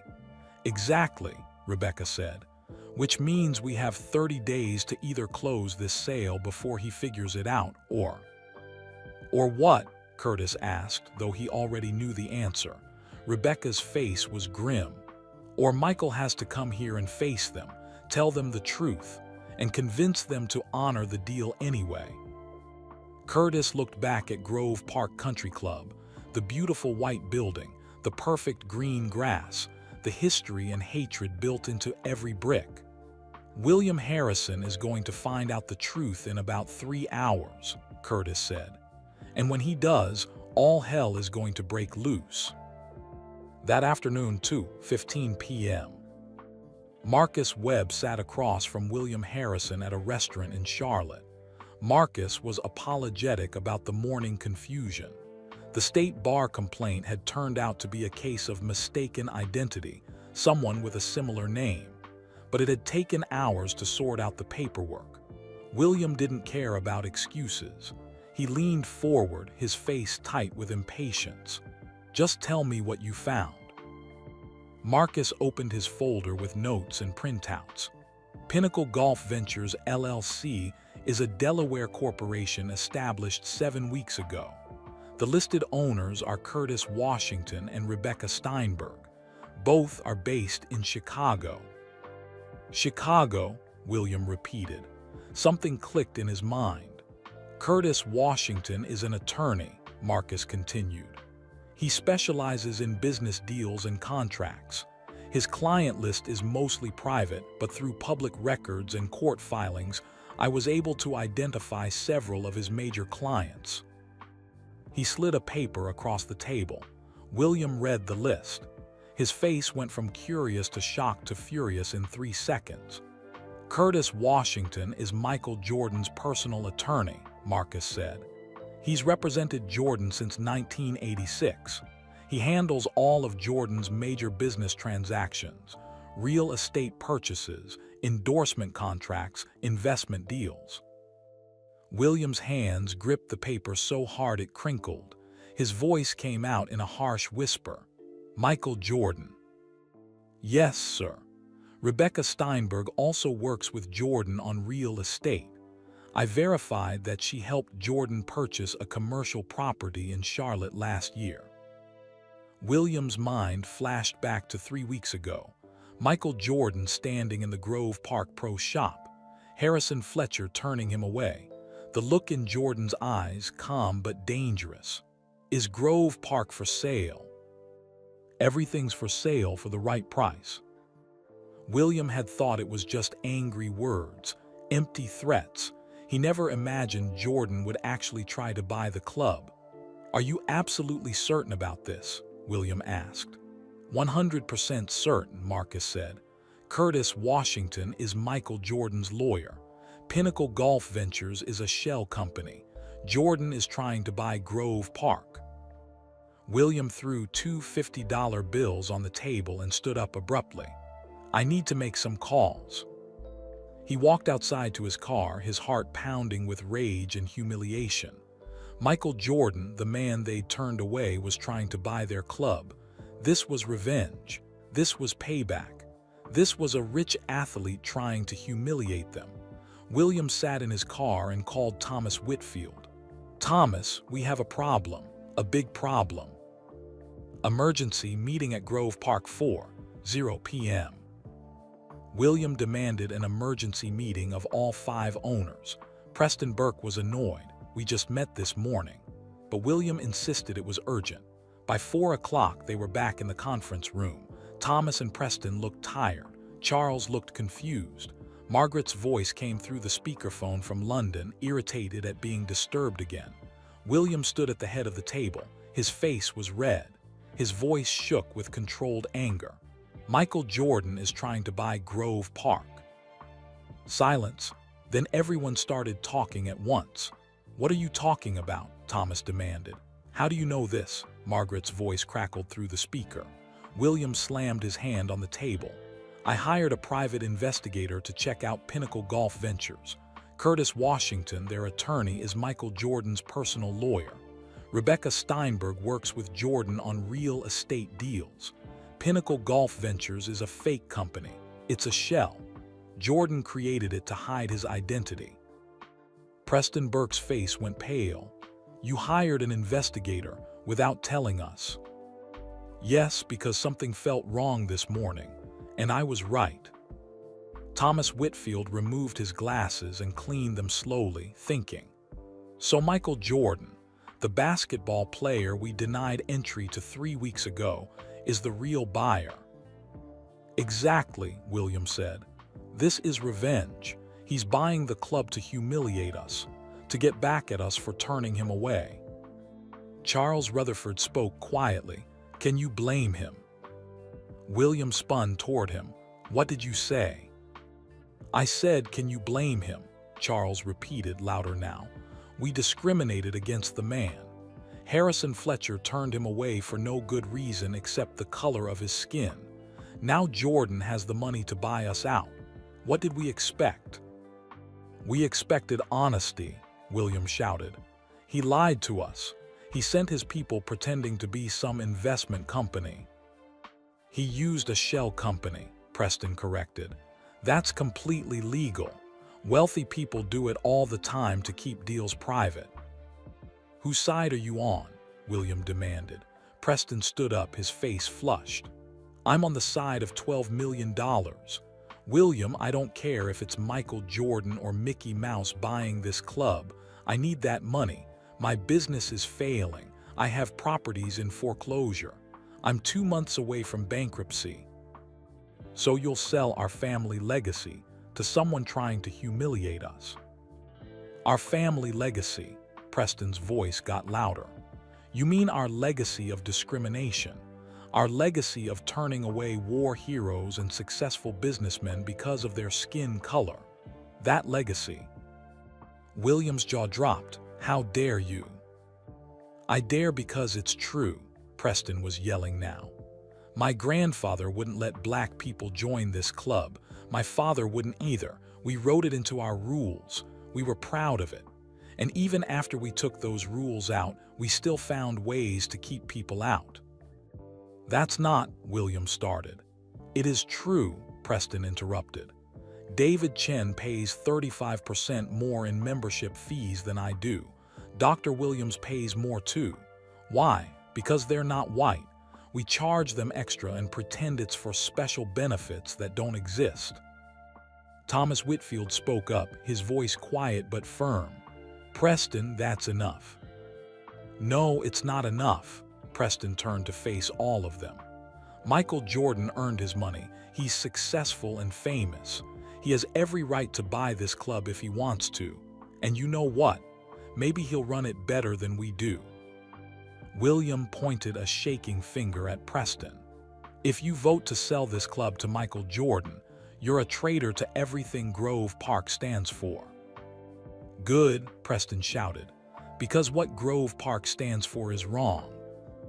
Margaret's voice cut through the argument from the speakerphone. Gentlemen, please.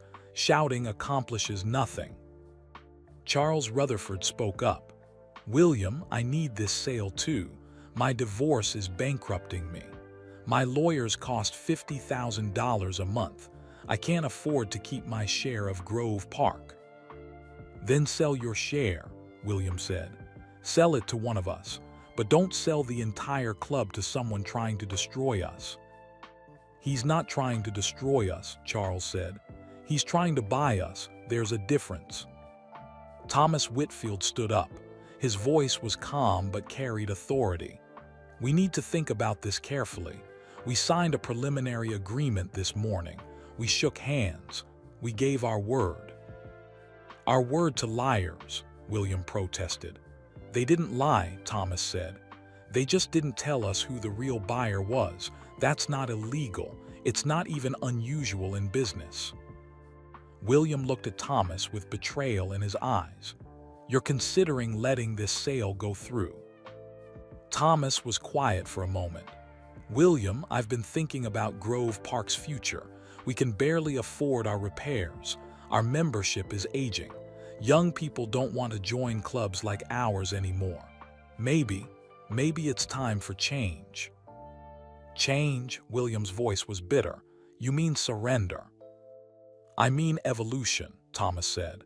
"The world is different than it was in 1908 or even 1991. We can either change with it or die clinging to the past." Preston jumped in.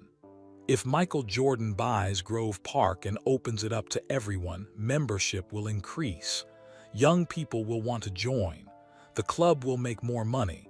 It might actually have a future." William looked around the room at the other owners.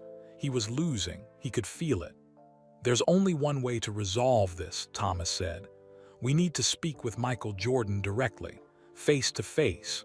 If he wants to buy Grove Park, he needs to come here and explain himself. No more hiding behind shell companies and lawyers." Everyone agreed. Even William nodded reluctantly. "I'll have Gerald Simmons contact them," Thomas said. "We'll request a meeting with Michael Jordan himself, tomorrow if possible." After the meeting ended, William sat alone in the conference room. His hands trembled with anger and something else, fear. Fear that everything was changing. Fear that the world he knew was disappearing. That evening, Michael's office in Chicago. Curtis called Michael with the news. "They know. William Harrison found out. He's demanding a face-to-face meeting." Michael was shooting baskets in his private gym when the call came. He caught the ball and held it, thinking. "When do they want to meet?" Michael asked calmly. "Tomorrow afternoon if you're available. They want you to come to Grove Park." Curtis's voice was worried. "Michael, this could get ugly. William Harrison is furious. He feels humiliated. Thomas Whitfield is wavering. If you walk into that room, they might attack you verbally. They might try to embarrass you. They might." "I'm not afraid of them," Michael said quietly. "I know you're not, but this is going to be confrontational. They're going to ask why you hid your identity. They're going to accuse you of lying. They're going to—" "Curtis," Michael interrupted gently. "I've been preparing for this moment since I was 12 years old." He thought about the pool in Wilmington. He thought about his mother's words. He thought about Coach Shaw's brother Dennis standing in front of Grove Park in his Army uniform being turned away. "Tell them I'll be there tomorrow at 2 o'clock, Michael said. "Just me. No lawyers, no security, no entourage, just Michael Jordan." "Are you sure?" Curtis asked. "I'm sure." After hanging up, Michael called his mother in North Carolina. "Mama, I need to tell you something." For 20 minutes he explained everything. The discrimination at Grove Park, the secret plan, tomorrow's confrontation. Dolores Jordan listened without interrupting. When Michael finished, she was quiet for a moment. "Baby, are you doing this for the right reasons?" she asked. "Are you doing this because you want justice or because you want revenge?" Michael thought carefully. "Both, Mama. Is that wrong?" "No," she said softly. "Justice and revenge can look similar sometimes, but remember what I told you when you were 12. Be excellent. Show them who you are, not with anger, not just with money, with dignity and truth." "Yes, ma'am," Michael said. "And Michael, I'm proud of you. Your daddy would be proud too." That night, Michael couldn't sleep. He kept thinking about tomorrow. He looked at the newspaper clipping about Dennis Shaw that Coach Shaw had given him. He read it 3 times. Tomorrow, he would walk into Grove Park Country Club, the same place that had turned him away 3 weeks ago, the same place that had destroyed Dennis Shaw in 1959. But this time, Michael wouldn't be turned away. This time, he held all the power. Tomorrow, doors would open, or they would break. Either way, change was coming to Grove Park. Thursday afternoon, Grove Park Country Club, 1:45 p.m. Michael drove himself to Grove Park. No driver, no bodyguards, no Curtis or Rebecca, just Michael Jordan in a rented black sedan wearing a navy blue suit and a red tie. He pulled into the parking lot 15 minutes early. The same expensive cars filled the spaces: Mercedes, BMWs, Jaguars. Everything looked exactly the same as 3 weeks ago, but everything was different now. Michael sat in the car for a moment, gathering his thoughts. His mother's words echoed in his mind: "Be excellent. Show them who you are with dignity and truth." He reached into his wallet and pulled out the newspaper clipping about Dennis Shaw. He read it one more time, then put it carefully back in his wallet. At exactly 2 o'clock, Michael stepped out of the car. The parking lot was more crowded than usual. Word had spread that Michael Jordan was coming to Grove Park, and dozens of club members had shown up to watch. They stood in small groups, whispering and pointing. Michael walked toward the clubhouse, his head held high. His footsteps echoed on the pavement. Tommy Brennan, the young pro shop employee, stood near the entrance. When he saw Michael, his face broke into a huge smile. "Mr. Jordan, you came back." Michael stopped and shook Tommy's hand. "I told you I would." "I've been praying this works out," Tommy said quietly. "What happened to you here was wrong. My whole family knows it was wrong." "Thank you, Tommy. That means a lot." Inside the clubhouse, the air conditioning hummed. The pro shop looked the same: golf clubs on the walls, expensive merchandise in glass cases. But this time, Harrison Fletcher wasn't standing behind the counter. Someone had told him to stay away. A young woman in a Grove Park polo shirt appeared. "Mr. Jordan, they're waiting for you in the conference room. This way, please." She led him down a hallway. Michael could feel eyes watching him from every direction. Staff members peeked around corners. A few brave club members had gathered near the conference room door. The young woman knocked twice, then opened the door. "Mr. Jordan is here," she announced. Michael walked into the conference room. 5 people sat around a long wooden table. 4 men and 1 woman whose face appeared on a large video screen mounted on the wall: Margaret Ashworthdale calling from London. Thomas Whitfield III sat at the head of the table. Next to him were Preston Burke, Charles Rutherford, and William Harrison. Each man stood as Michael entered. Their faces showed different emotions: curiosity from Thomas, nervousness from Preston, uncertainty from Charles, and pure anger from William. Harrison Fletcher, the club manager who had turned Michael away, stood in the corner like a scolded child. "Mr. Jordan," Thomas said formally, "thank you for coming. Please sit down." Michael pulled out a chair directly across from Thomas. He sat down calmly, his hands folded on the table in front of him. For 5 seconds, nobody spoke. The silence felt heavy and uncomfortable. Finally, William Harrison broke it. His voice was cold and sharp. "Mr. Jordan, why did you lie to us?" Michael met his eyes steadily. "I didn't lie. Pinnacle Golf Ventures made you a fair offer to buy this club. That offer is real. The money is real. Everything in that contract is real. The only thing I kept private was my personal involvement, which I had every right to do." "You had no right to deceive us," Thomas said, his voice rising. "Did I?" Michael's voice stayed calm. "Your club manager deceived me 3 weeks ago. He told me I was denied entry because of club policy. But the real reason was the color of my skin. So let's talk about deception." Harrison Fletcher's face turned red. He looked at the floor. "That's not," William started. "It's exactly what happened," Michael interrupted. "I came here as a guest of a club member. I followed every rule. I had approval. But Mr. Fletcher turned me away anyway. Why? Because I'm black. You can dress it up with words like standards and policy, but we all know the truth." Preston Burke spoke up, his voice quiet. "Mr. Jordan, some of us want to accept your offer. The money is fair, more than fair, actually." "I don't care about fair." William slammed his hand on the table. "This is about revenge. Jordan is buying our club to humiliate us." Michael turned to face William directly. "You're right. Part of this is about what happened to me 3 weeks ago, but it's about much more than that." He reached into his jacket pocket and pulled out the newspaper clipping. He unfolded it carefully and placed it on the table. "This is Dennis Shaw," Michael said. "In 1959, he came to Grove Park wearing his Army uniform. He had just returned from Korea where he fought for 6 years. He earned 2 Bronze Stars for bravery and a Purple Heart for getting wounded while saving his fellow soldiers." Everyone leaned forward to look at the yellowed clipping. A white soldier named Patrick Sullivan invited Dennis to play golf here. Patrick's family were members. Dennis had saved Patrick's life during an enemy attack.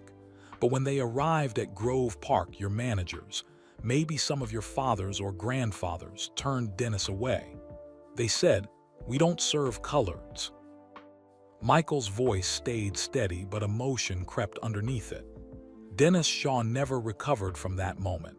He stopped talking about his military service. He kept his medals in a drawer. He became depressed. 8 years later, in 1967, Dennis took his own life. He was 33 years old. The room was completely silent. Even William looked uncomfortable. "Dennis Shaw was my junior high school basketball coach's brother," Michael continued.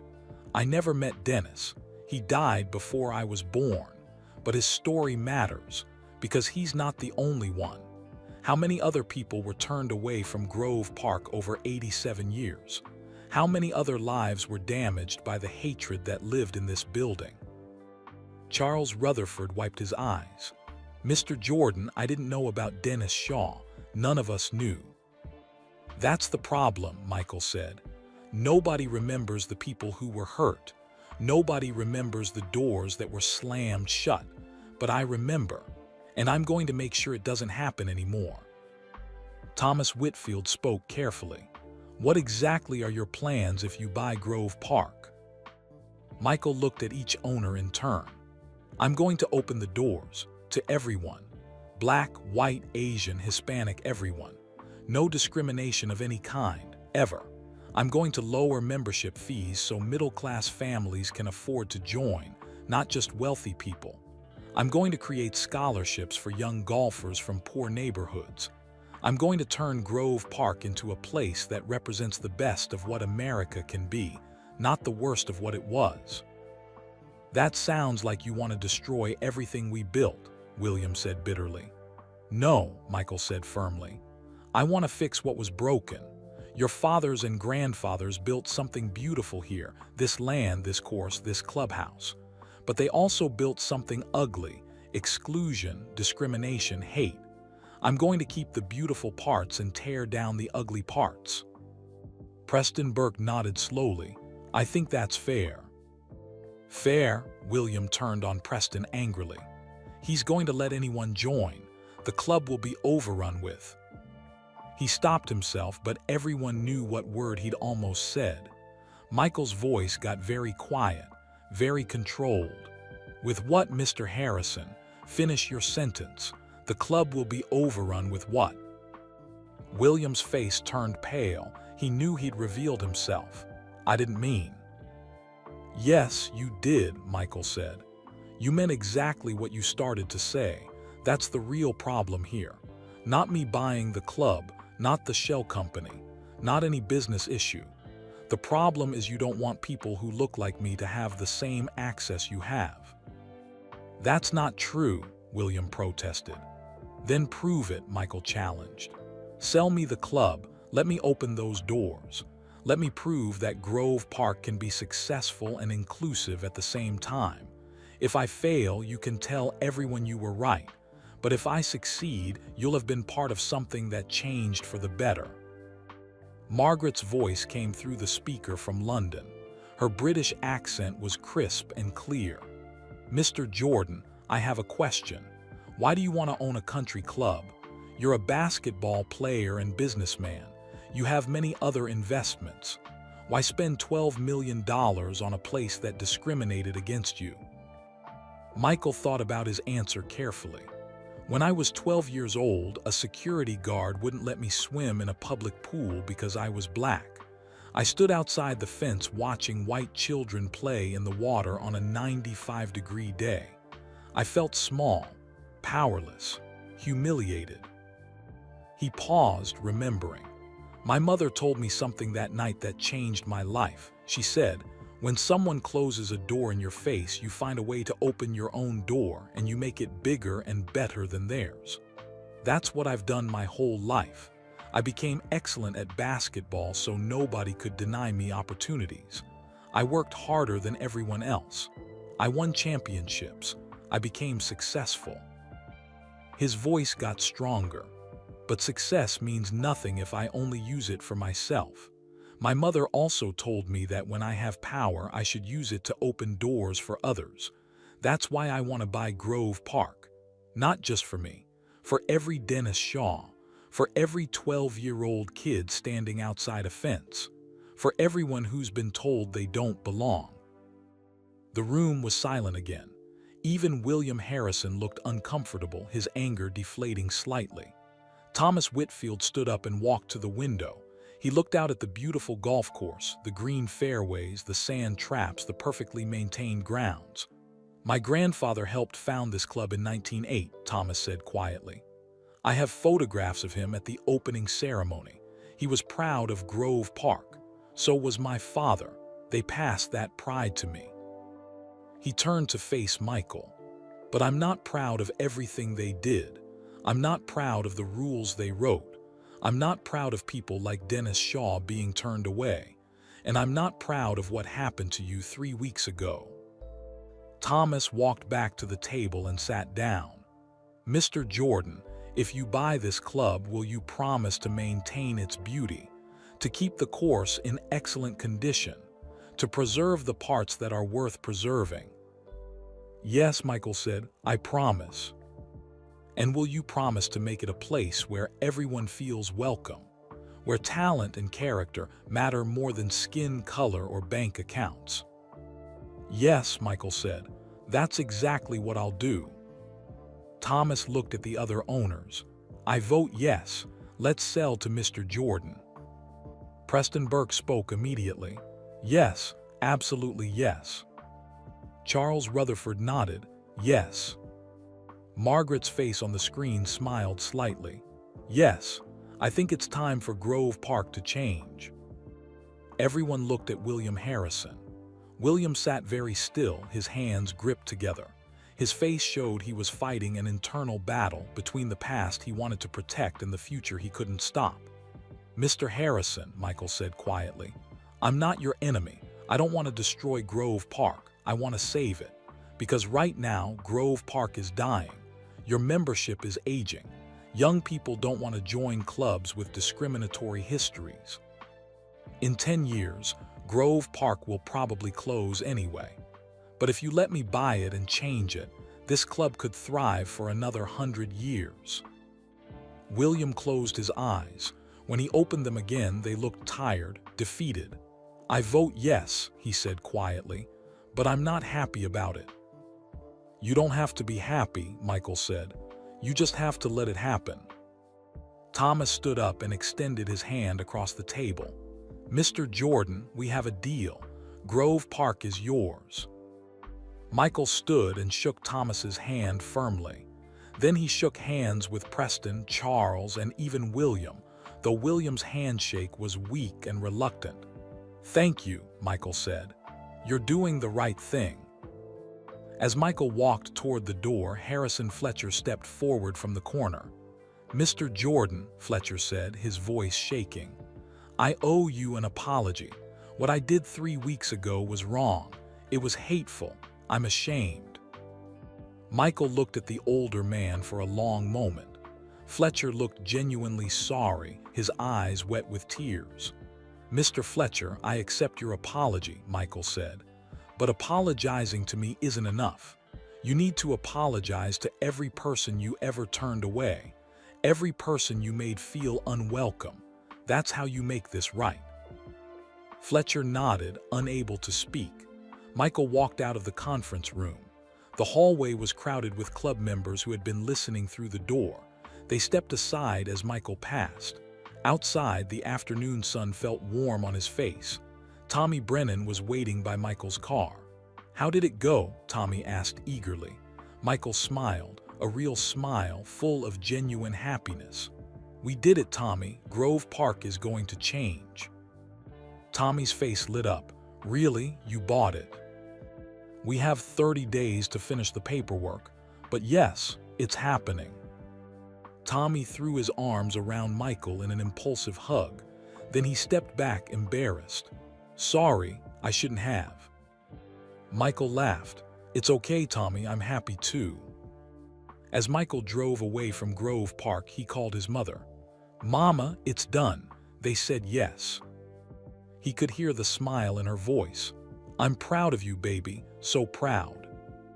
I kept thinking about what you told me when I was 12, about opening my own door." "And did you?" Dolores asked. Michael looked in the rearview mirror at Grove Park disappearing behind him. "Yes, Mama, I opened it wide." Friday morning, Chicago. Michael woke up early and went straight to his office. Curtis, Rebecca, and James were already there, sitting around the conference table with coffee and bagels. "Congratulations, Michael," Rebecca said with a huge smile. "You did it. You actually did it." "We did it," Michael corrected. "This was a team effort." Curtis opened his briefcase and pulled out thick folders. "Now comes the hard part. We have 30 days to complete inspections, finalize contracts, and transfer $12 million. That's an extremely tight schedule." "What do we need to do first?" Michael asked. Rebecca consulted her checklist. "Property inspection. We need engineers to examine the buildings, the golf course, the water systems, everything. That takes at least 2 weeks. "Hire the best inspectors," Michael said. "Money is no object. I want to know every problem with that property." James Park spoke up. "I'll run background checks on all the staff members. You're inheriting 43 employees, groundskeepers, kitchen workers, servers, maintenance crew. We need to know who stays and who goes." "Nobody gets fired just because I'm buying the place," Michael said firmly. "If they're good at their jobs and treat people with respect, they keep working." "What about Harrison Fletcher?" Curtis asked. "He's the one who turned you away. Do you really want him managing your club?" Michael thought about this carefully. He remembered Fletcher's tearful apology yesterday. The man had looked genuinely sorry. "I'll talk to him personally," Michael decided. "If he's willing to change, truly change, he can stay. But if I see any hint of discrimination from him or anyone else, they're gone immediately." Over the next week, teams of inspectors crawled all over Grove Park. They checked the roof, examined the plumbing, tested the electrical systems, and analyzed the soil quality on the golf course. The news wasn't great. Rebecca delivered the report to Michael on day 8. "The water line is worse than we thought. It needs complete replacement, $2.1 million. The roof has major leaks, $600,000 to replace. The kitchen is outdated and doesn't meet current health codes, $400,000 to upgrade. Total repair costs, approximately $3.4 million. Michael didn't flinch. "Add it to my budget.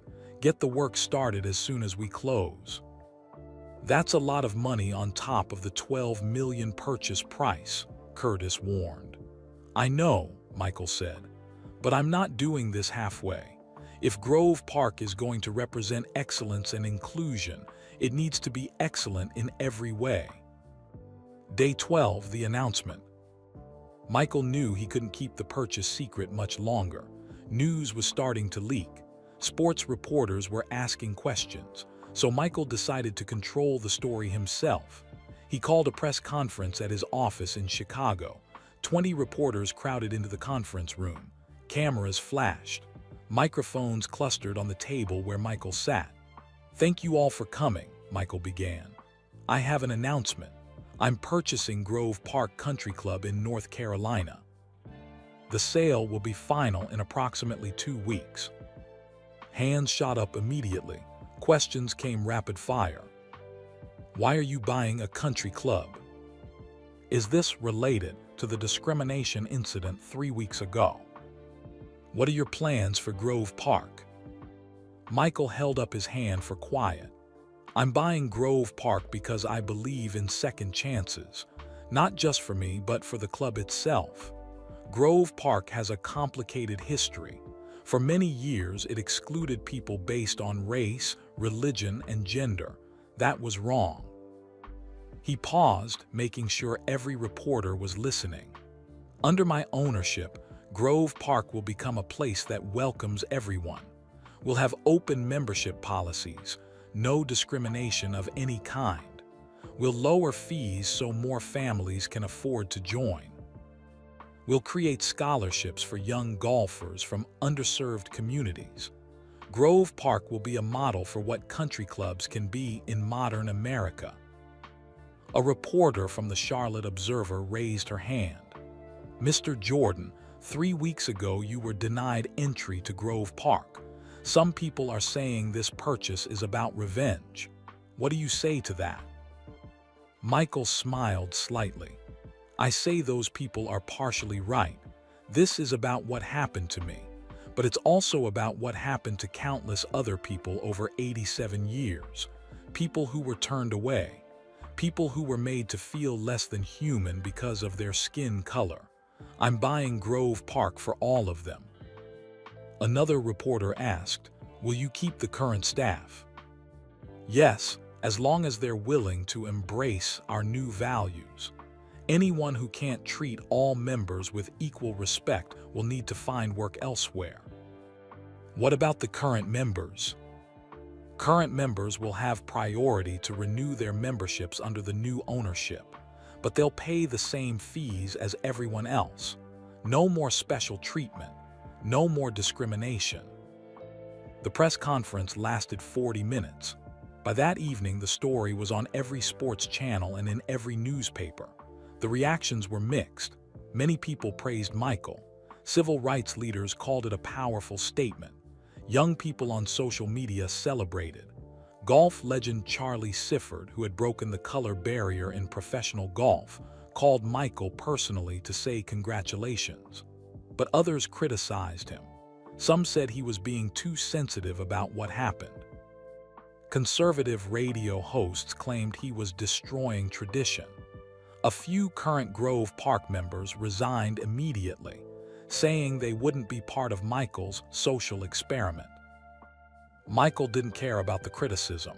He knew what he was doing was right. Day 18, meeting the staff.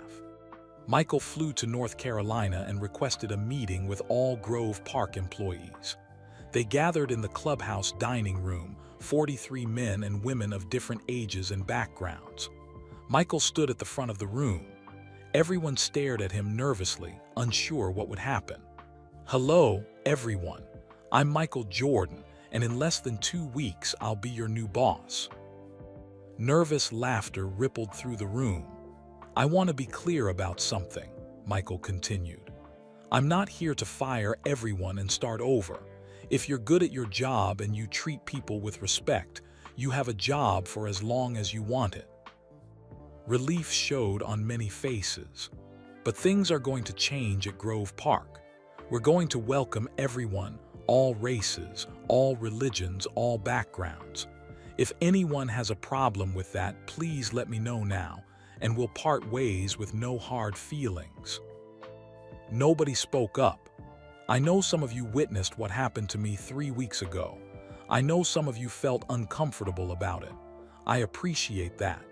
Change can be hard, especially when we're challenging traditions that have existed for decades. A middle-aged black woman raised her hand. She worked in the kitchen.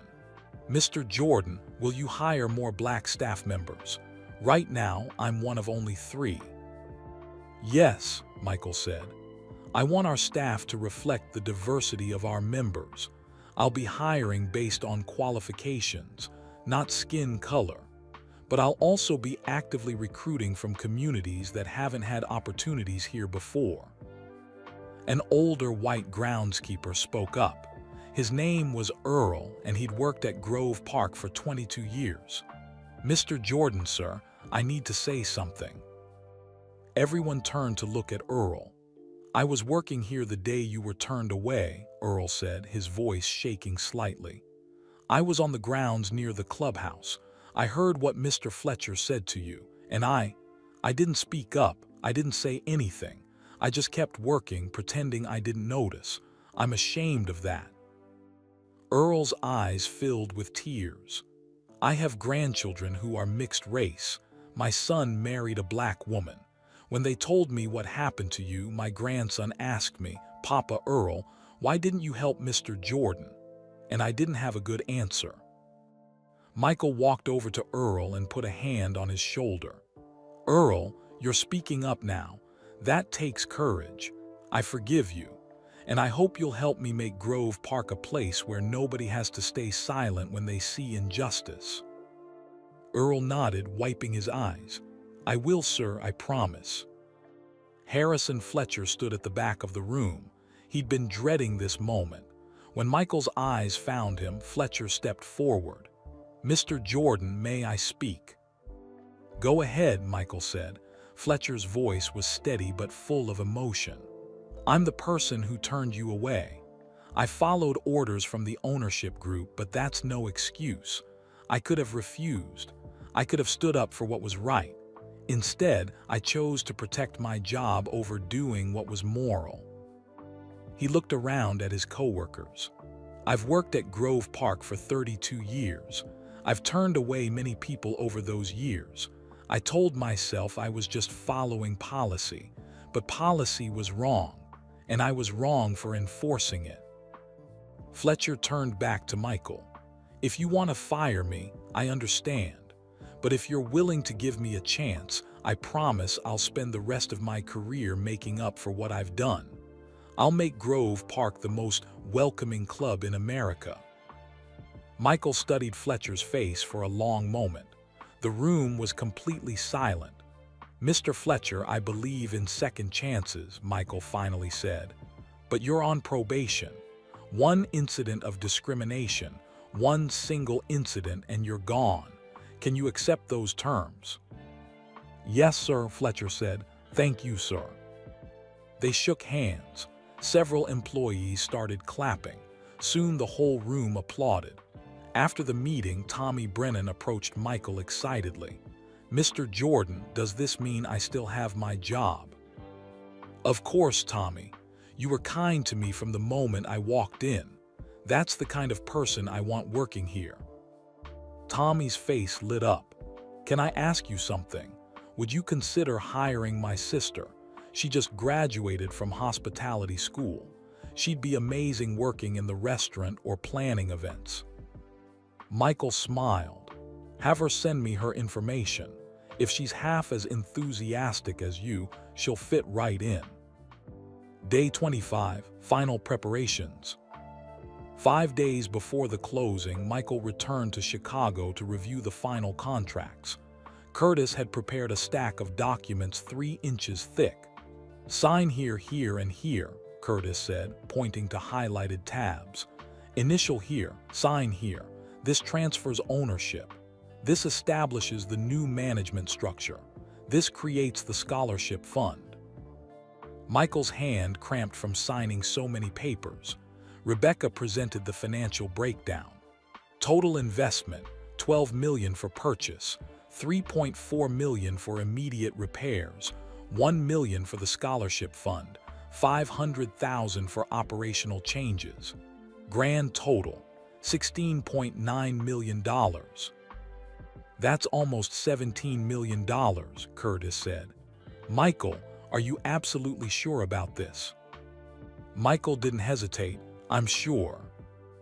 James Park had one final report. "I've run background checks on everyone. The staff is clean. The ownership group has released all claims. Everything is ready for closing." "Good," Michael said. "What about the membership? How many people are staying versus leaving?" Rebecca consulted her notes. Out of 340 current members, 37 have resigned in protest. But we already have 89 new membership applications from people who support your vision. Grove Park will actually have more members after the transition than before. Michael smiled. People are ready for change. Day 29, the night before. Michael couldn't sleep. Tomorrow was closing day. Tomorrow, Grove Park Country Club would officially become his. He called Coach Shaw in Wilmington. "Coach, it's happening tomorrow. Grove Park becomes mine at 10 o'clock. Coach Shaw's voice was warm and proud. "Dennis would be so happy, Michael. You're doing what he couldn't do. You're opening that door." "I'm opening it for him," Michael said, "and for everyone like him." After hanging up, Michael pulled out the newspaper clipping one more time. He read about Dennis Shaw's military service, his rejection at Grove Park, the pain that followed. Tomorrow, that pain would finally mean something. Tomorrow, change would come to Grove Park. Tomorrow, the door would open wide. Day 30, Grove Park Country Club, 9:45 a.m. Michael arrived at Grove Park 15 minutes early. Curtis and Rebecca were already there, standing in the parking lot with briefcases full of documents. The morning was beautiful, sunny and warm with a light breeze. Birds sang in the oak trees. The grass looked impossibly green. "Ready?" Curtis asked. Michael took a deep breath. "Ready." They walked into the clubhouse together. The closing would happen in the same conference room where Michael had confronted the owners 2 weeks ago. Inside, the 5 owners waited. Thomas Whitfield sat at the head of the table, looking tired but resigned. Preston Burke looked relieved. His financial problems would be solved in minutes. Charles Rutherford seemed peaceful, knowing his divorce settlement would be handled. Margaret Ashworthdale appeared on the video screen from London, smiling pleasantly. William Harrison sat at the far end of the table. His face was blank, showing no emotion. He'd barely spoken since agreeing to the sale. 2 lawyers sat between them, one representing the sellers, one representing Michael. A notary public sat ready with her stamp and seal. "Gentlemen, Mrs. Ashworthdale," the seller's lawyer began. "We're here to finalize the sale of Grove Park Country Club to Mr. Michael Jordan, represented by Pinnacle Golf Ventures, LLC. Are all parties ready to proceed?" Everyone nodded. For the next 40 minutes, lawyers read through documents. Michael signed papers. The owners signed papers. Money was transferred electronically, $12 million moving from Michael's accounts to the Highland Grove Investment Group. Curtis verified the transfer on his laptop. Funds received and confirmed. The notary stamped each document with official seals. At 10:37 a.m., the seller's lawyer said, "The transaction is complete. Grove Park Country Club is now the property of Mr. Michael Jordan." Thomas Whitfield stood and extended his hand to Michael. "Congratulations, Mr. Jordan. Grove Park is yours now. I hope you take good care of it."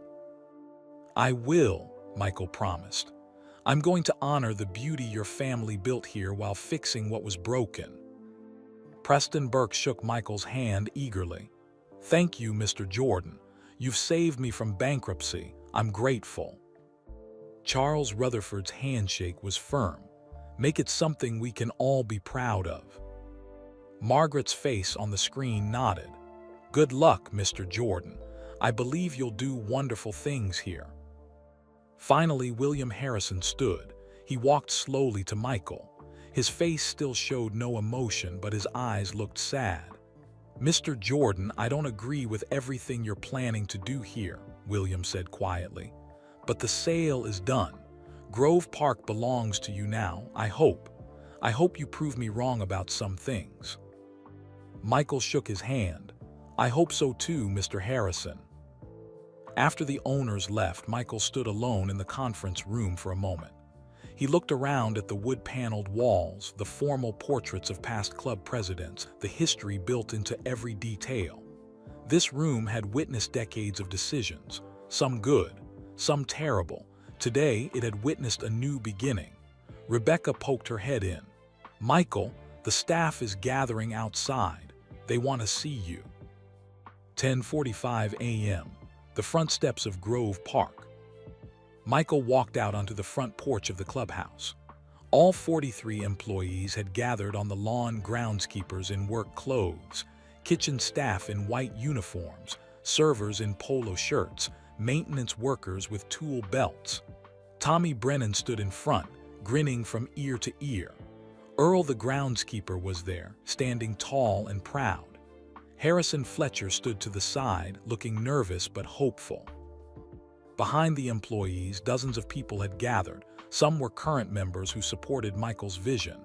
Others were neighbors who'd heard what was happening, and some were reporters with cameras.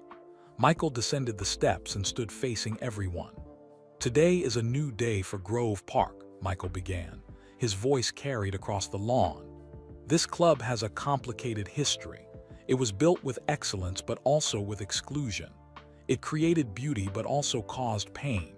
Today, we begin to change that." Several people applauded. "I want to make some promises to all of you. First, Grove Park will welcome everyone, regardless of race, religion, gender, or background. The only requirements for membership will be love of golf and respect for others." More applause. "Second, we're going to invest in this property. New water lines, new roof, updated kitchen, better facilities for everyone. Grove Park will be first class in every way." Earl the groundskeeper called out, "What about the golf course?" Michael smiled. "The course is already beautiful, Earl, but we're going to make it even better. New irrigation systems, better drainage, tournament-quality greens. When we're done, Grove Park will host professional tournaments." The groundskeepers cheered. "Third, we're establishing the Grove Park Scholarship Fund.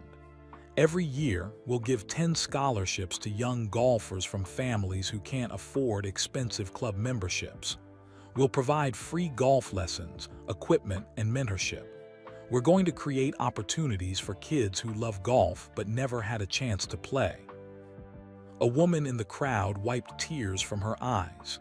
"And finally," Michael said, his voice getting emotional, "I want to honor someone who should have been welcomed here but wasn't." He pulled out the newspaper clipping from his wallet. His hands trembled slightly as he unfolded it. "This is Dennis Shaw. In 1959, he came to Grove Park wearing his Army uniform. He'd fought in Korea for 6 years. He'd earned 2 Bronze Stars and a Purple Heart. He'd saved his fellow soldiers' lives. But Grove Park turned him away because he was black." The crowd was completely silent. Dennis Shaw never recovered from that rejection. 8 years later, he took his own life. He was 33 years old, the same age I am now. Michael's voice cracked. He paused to compose himself. "Today, I'm announcing that we're renaming the 7th hole, the one with the beautiful view of the valley, Dennis Shaw Memorial. We'll place a bronze plaque there telling his story. Every golfer who plays Grove Park will know about Dennis Shaw. They'll know about his service, his sacrifice, and the injustice he faced. His memory will live here forever." Several people in the crowd were crying now. Earl wiped his eyes with his sleeve. Harrison Fletcher's face was pale, his head bowed. Coach Robert Shaw stepped out from the crowd. Michael hadn't known he was there. The old coach walked slowly up to Michael, leaning on his cane. His face was wet with tears, but he was smiling. "Thank you," Coach Shaw whispered. "Thank you for remembering my brother." Michael hugged him carefully.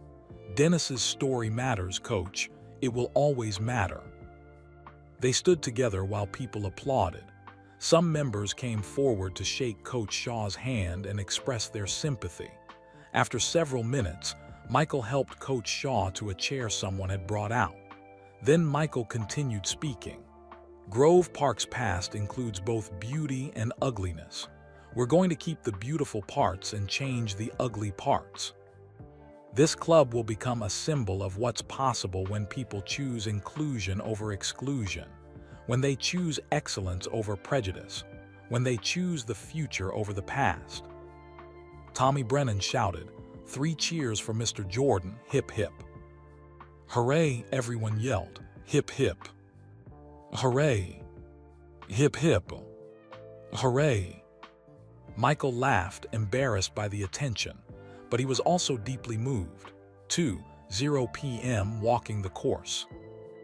After the celebration, Michael changed into golf clothes and walked the course alone. He wanted to see every hole, every green, every sand trap. He started at the first tee. The fairway stretched out before him, perfectly manicured. The grass was soft under his golf shoes. The afternoon sun felt warm on his face.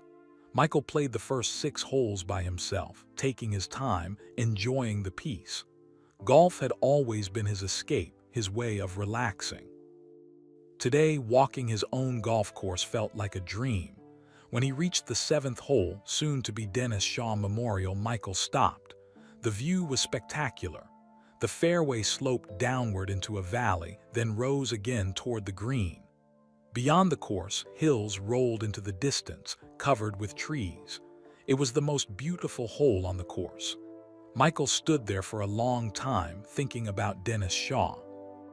About a young man coming home from war, wanting to play golf with a friend, being turned away because of hatred. "I did it, Dennis," Michael whispered. "The door is open now, for you, for everyone." A voice behind him said, "Mr. Jordan." Michael turned.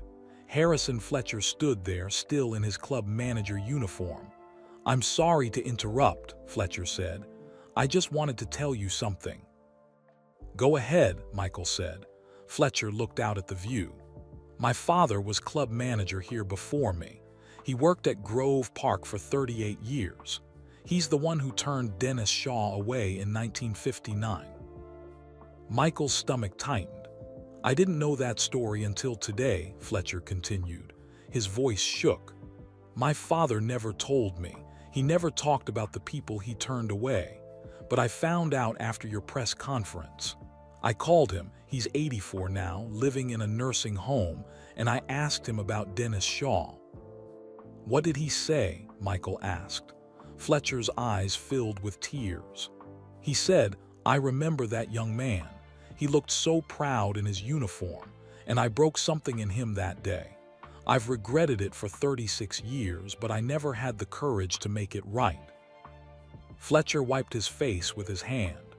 "Mr. Jordan, my father wants to meet you. He wants to apologize personally. He wants to contribute money to the Dennis Shaw Memorial.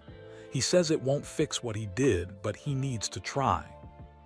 Michael was quiet for a moment. "When can I meet him?" "Whenever you're ready. He doesn't have much time left. He's very sick." "Tomorrow," Michael said. "I'll visit him tomorrow." Fletcher nodded gratefully. "Thank you, this means everything to him, and to me." After Fletcher left, Michael continued his round. He played all 18 holes as the afternoon sun moved across the sky. When he finished, he walked back to the clubhouse as the sun was setting. The building glowed golden in the fading light. The American flag fluttered gently in the evening breeze. Tommy Brennan was locking up the pro shop. "Mr. Jordan, how was your round?" "Perfect," Michael said with a smile. "Absolutely perfect." "Will you be back tomorrow?" "Every day, Tommy. This is my club now. I'm going to be here all the time." Tommy grinned. "That's awesome. Good night, Mr. Jordan." "Good night, Tommy." Michael sat on the porch steps and called his mother. "Mama, it's official. Grove Park is mine." Dolores Jordan's voice was full of joy and pride. "How does it feel, baby?" Michael looked out at the golf course, the beautiful grounds, the place that had once rejected him and now belonged to him. "It feels like justice, Mama. It feels like that door you told me about. I opened it, and I opened it wide enough for everyone to walk through."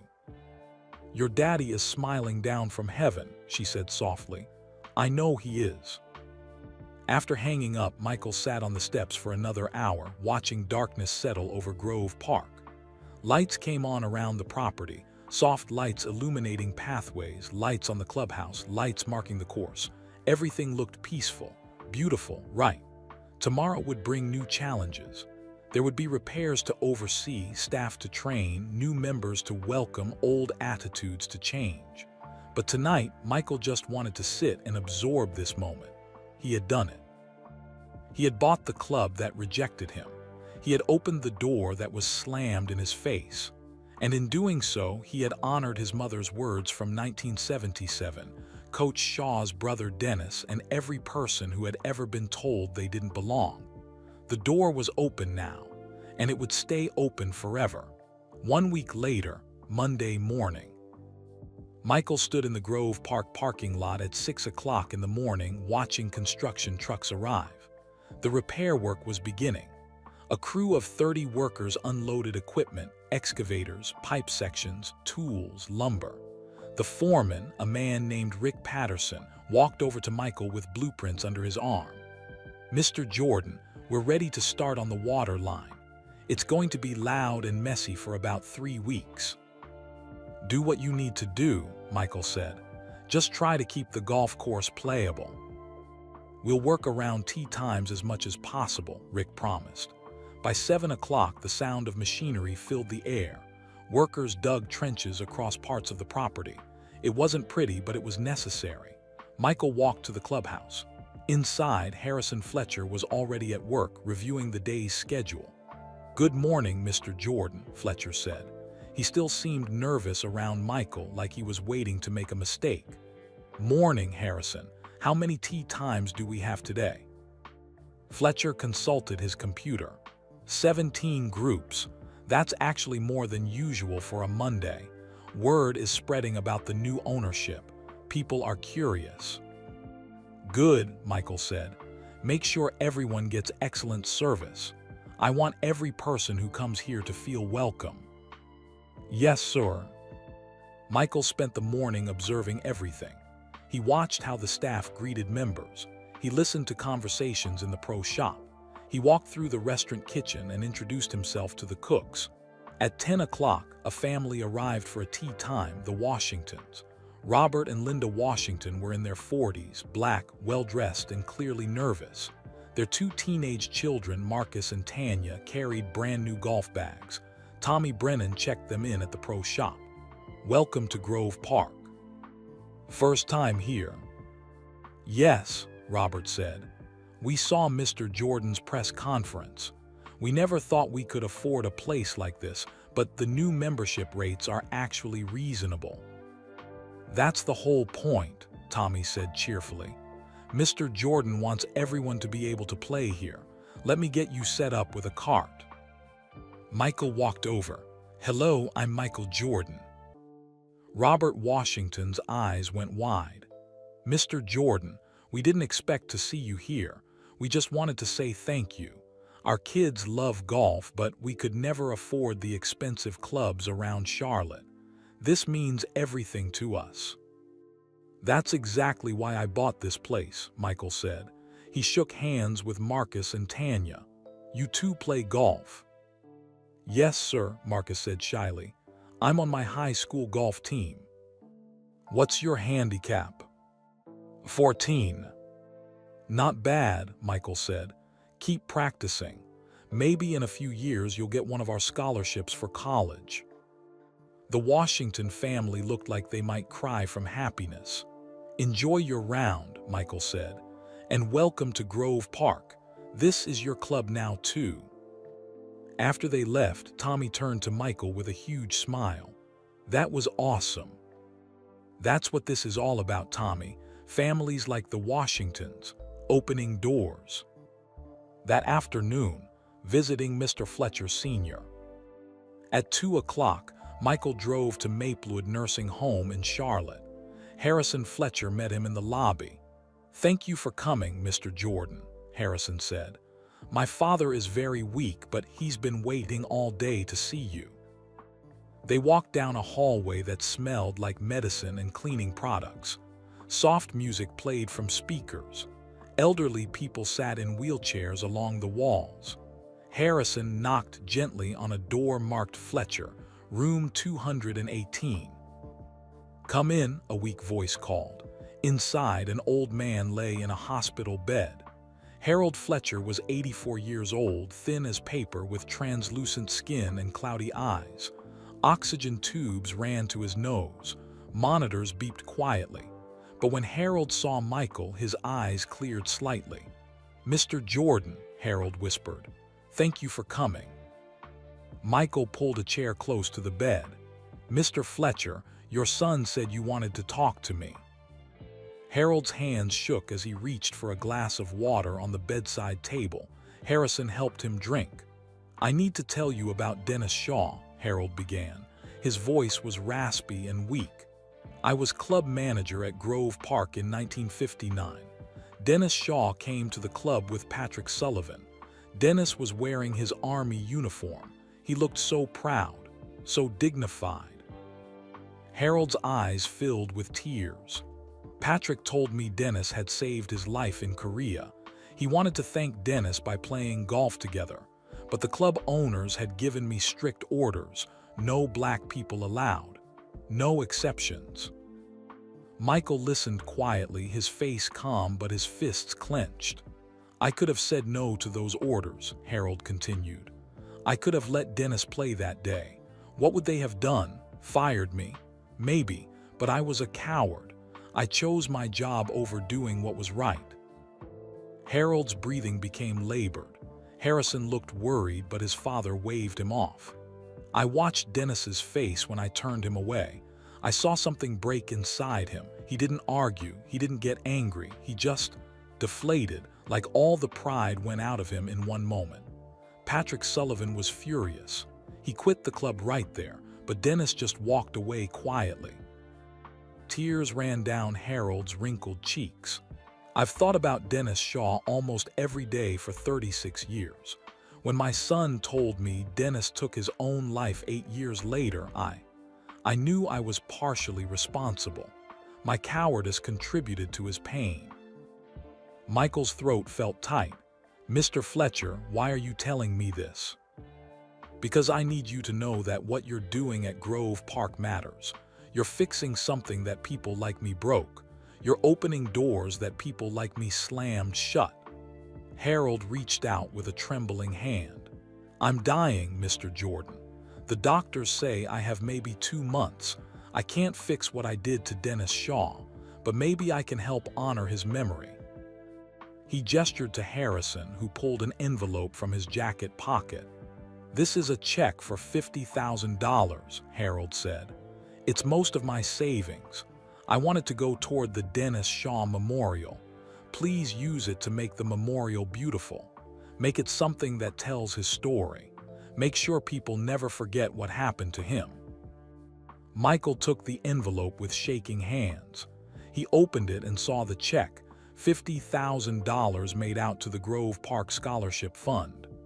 "Mr. Fletcher, this is very generous." "It's not generous," Harold said firmly. "It's the least I can do. It's 36 years too late, but it's all I have." Michael folded the check carefully and put it in his pocket. Then he did something that surprised everyone in the room. He took Harold Fletcher's frail hand in both of his own.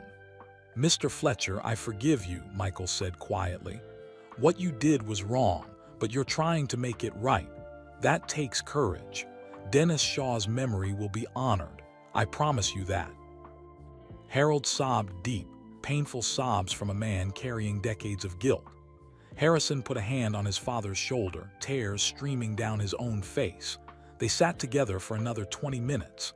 Harold told more stories about Grove Park's history, both the good and the bad. He talked about the beauty of the course, the community of golfers, but also the cruel policies and the people who were hurt. "Make it better, Mr. Jordan," Harold said as Michael prepared to leave. "Make Grove Park what it should have been all along." "I will," Michael promised.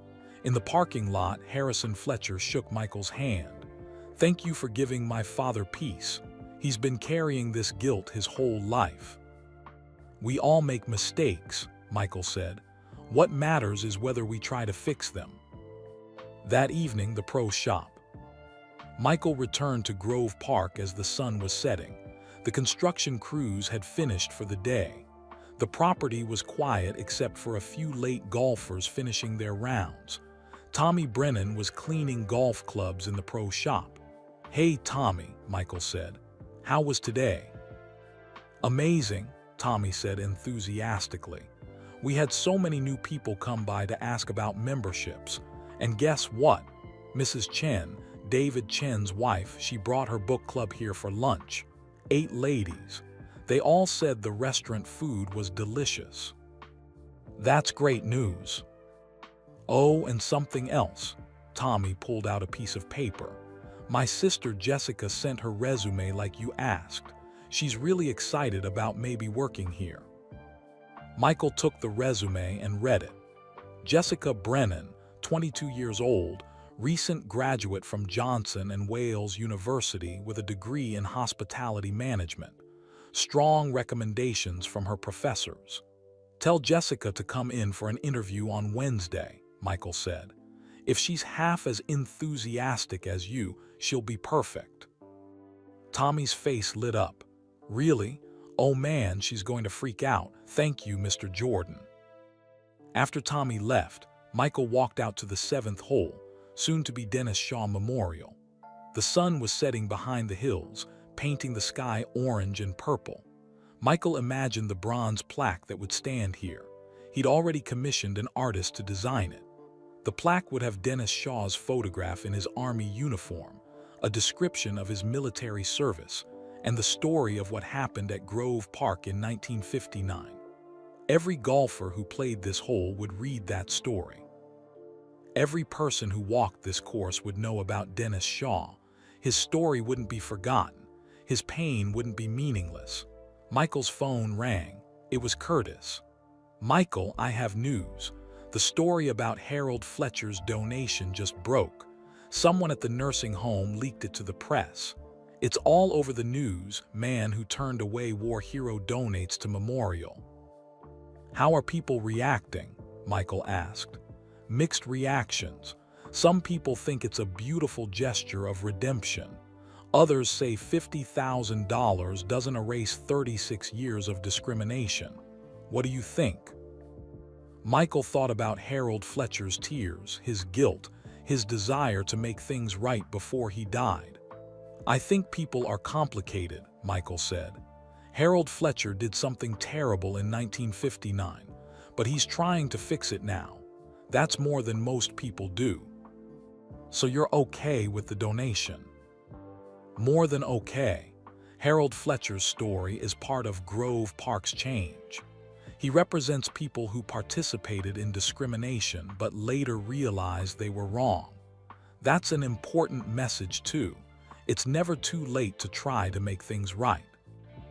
Curtis was quiet for a moment. "You're handling this with a lot of grace, Michael." "My mama taught me that grace is stronger than anger," Michael said. "Anger burns hot but burns out fast. Grace keeps you going forever." After hanging up, Michael sat on the 7th hole tee box and watched the last light fade from the sky. 1 week into ownership, and Grove Park was already changing. New families were playing the course. Staff members were embracing the new values. Even people who had participated in discrimination were trying to make amends. The door was opening wider every day, but Michael knew the hardest work was still ahead. Changing a building was easy. Changing hearts and minds took much longer. Still watching the stars appear over the 7th hole, Michael felt hopeful. Change was happening. Slowly but surely, Grove Park Country Club was becoming what it should have been all along, a place where excellence and inclusion lived side by side, where everyone was welcome, where doors stayed open, forever. 3 months later, Saturday morning, Michael stood at the entrance of Grove Park, watching 10 nervous teenagers arrive with their families. Today was special. Today, the first Grove Park Scholarship winners would be announced. Over 200 young golfers had applied for the 10 scholarships. Each scholarship provided free membership for 1 year, professional golf lessons, new equipment, and mentorship from experienced players. The selection committee had reviewed every application carefully. They looked for kids who loved golf but couldn't afford expensive club memberships, kids from working-class families, kids who showed potential and dedication. Now the 10 finalists waited in the clubhouse dining room with their families. They didn't know yet who would win. Rebecca stood next to Michael, holding a folder with the winners' names. "Are you ready?" "Let's do this," Michael said. They walked into the dining room. All conversation stopped. 20 anxious faces turned toward them. Michael smiled warmly. "Good morning, everyone. Thank you for being here. I know you're all nervous, so I won't make you wait long." He looked around the room at each teenager. A thin black girl named Keisha sat with her single mother who worked 2 jobs. Twin brothers, Carlos and Miguel, sat with their grandmother who had raised them. A shy white boy named Danny sat with his father, a factory worker with calloused hands. "First, I want you to know that every single person in this room impressed us," Michael continued. "Your applications showed dedication, passion, and love for golf. That's what matters most." He paused. The committee had a very difficult decision to make. "We wish we could give scholarships to all of you, but this year we can only select 10. You could hear a pin drop. "However," Michael said with a growing smile, "I have good news. Every finalist here today will receive something. If you're not selected for the full scholarship this year, you'll receive free golf lessons for 6 months and a discount on junior membership fees." Relief showed on several faces. "Now, let me announce this year's Grove Park Scholarship winners." Rebecca handed him the folder. Michael opened it slowly. "Keisha Williams." The thin black girl gasped. Her mother burst into tears and hugged her daughter tightly. "Carlos and Miguel Rodriguez." The twin brothers jumped up and high-fived each other, then hugged their crying grandmother. Michael continued reading names. Danny Peterson, Ashley Chen, Jerome Washington, Maria Gonzalez, Tyler Brown, Sarah Kim, and Andre Jackson.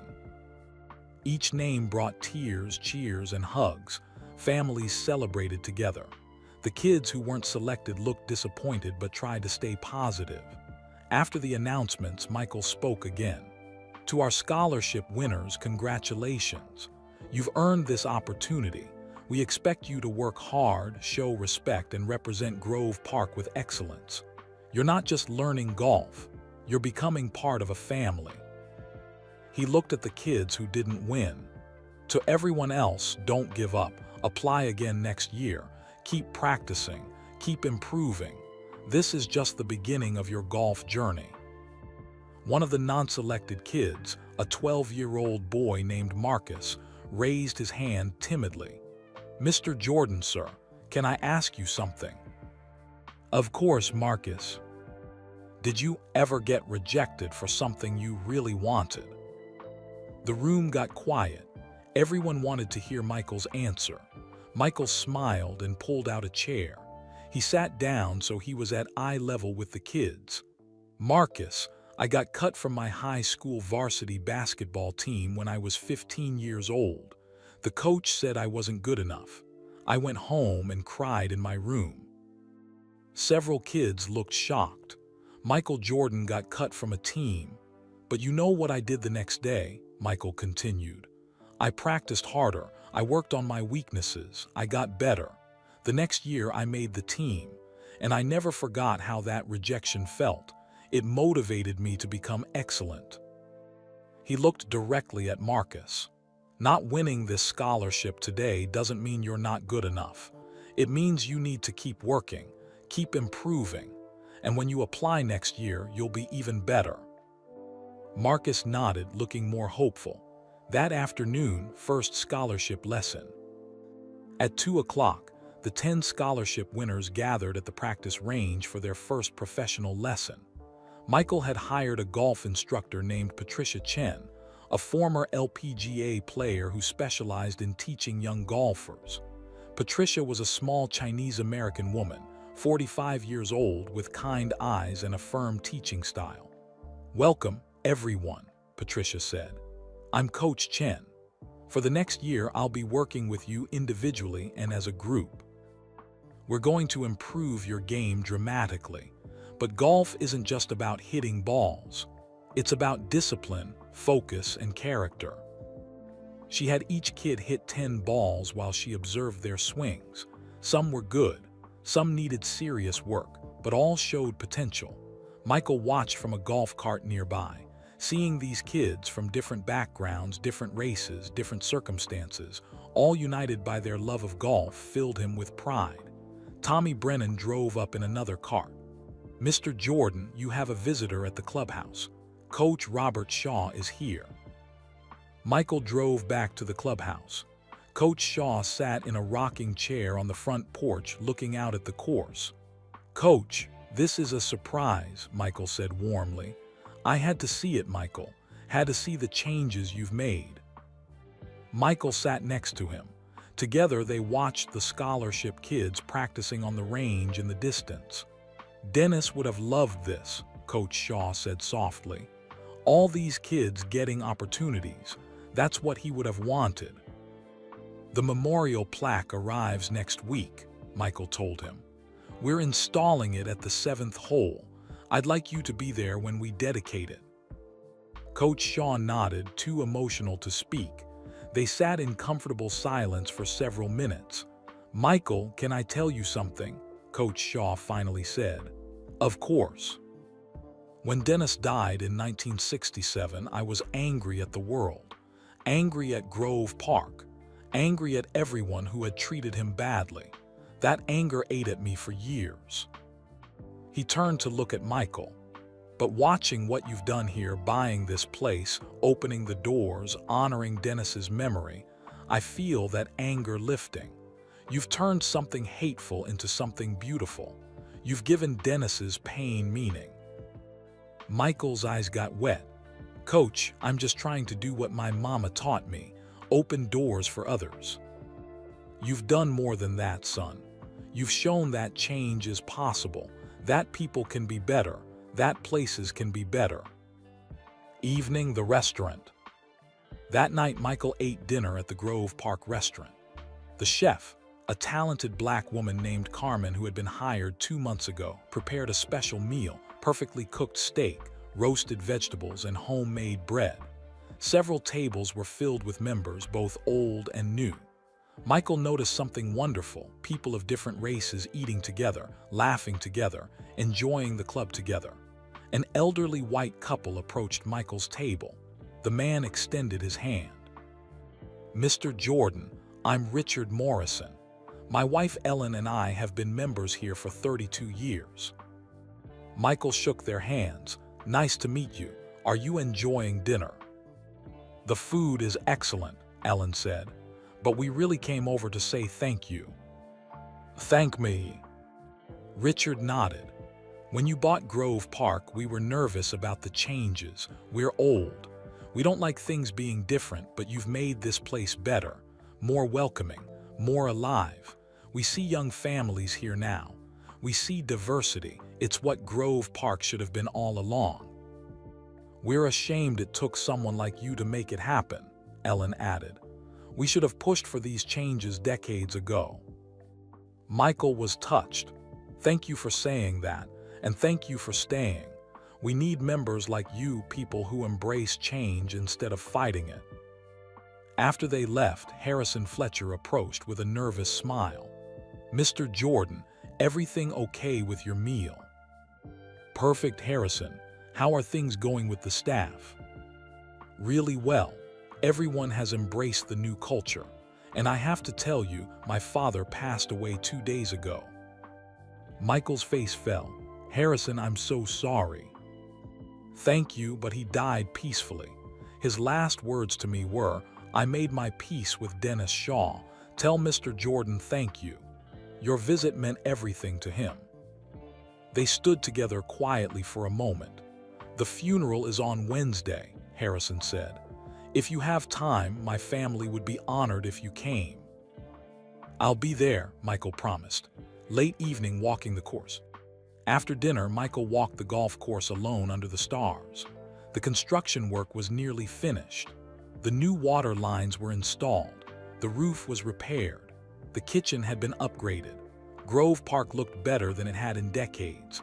Michael reached the 7th hole and stood where the memorial plaque would soon be placed. He could picture it clearly: Dennis Shaw's photograph, his story, his sacrifice. His phone buzzed.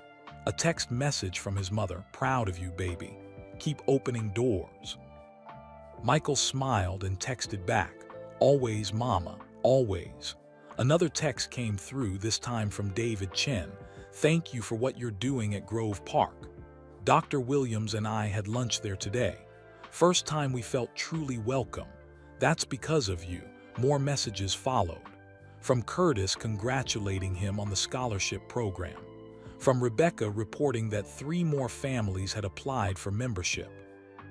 From James saying a major golf magazine wanted to do a feature story on Grove Park's transformation. Michael sat on the 7th tee box and looked up at the stars.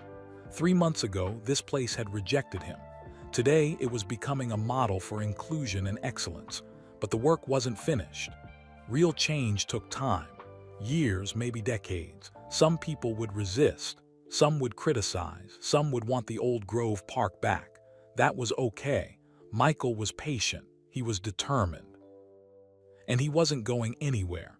A golf cart approached in the darkness. Tommy Brennan drove up, looking worried. "Mr. Jordan, I've been looking everywhere for you. Are you okay out here by yourself?" Michael laughed. "I'm fine, Tommy, just thinking." "About what?" Michael gestured at the beautiful course around them. "About doors, Tommy.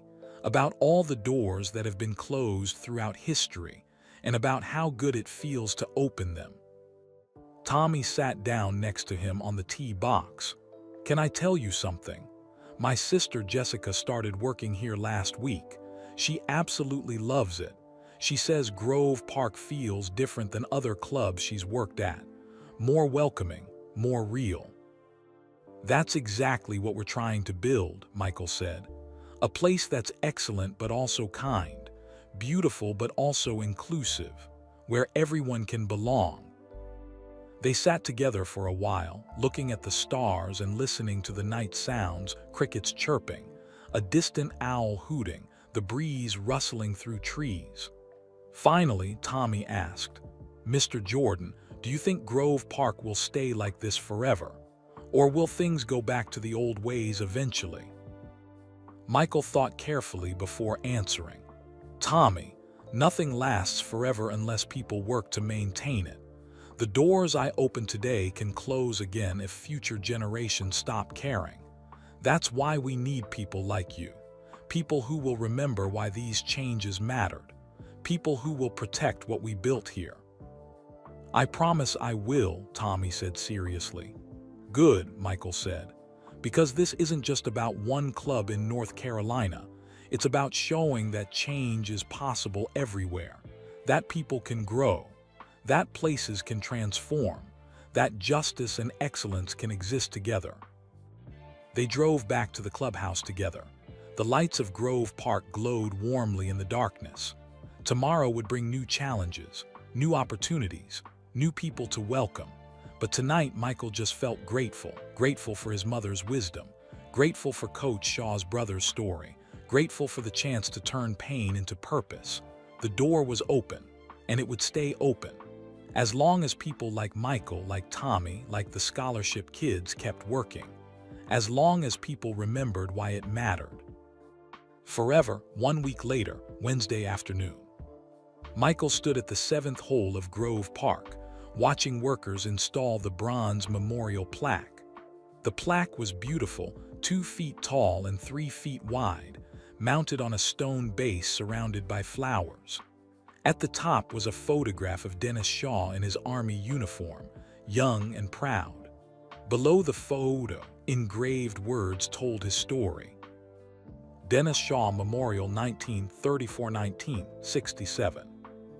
Staff Sergeant Dennis Shaw served his country with honor in the Korean War, earning 2 Bronze Stars for valor and a Purple Heart for wounds received in combat.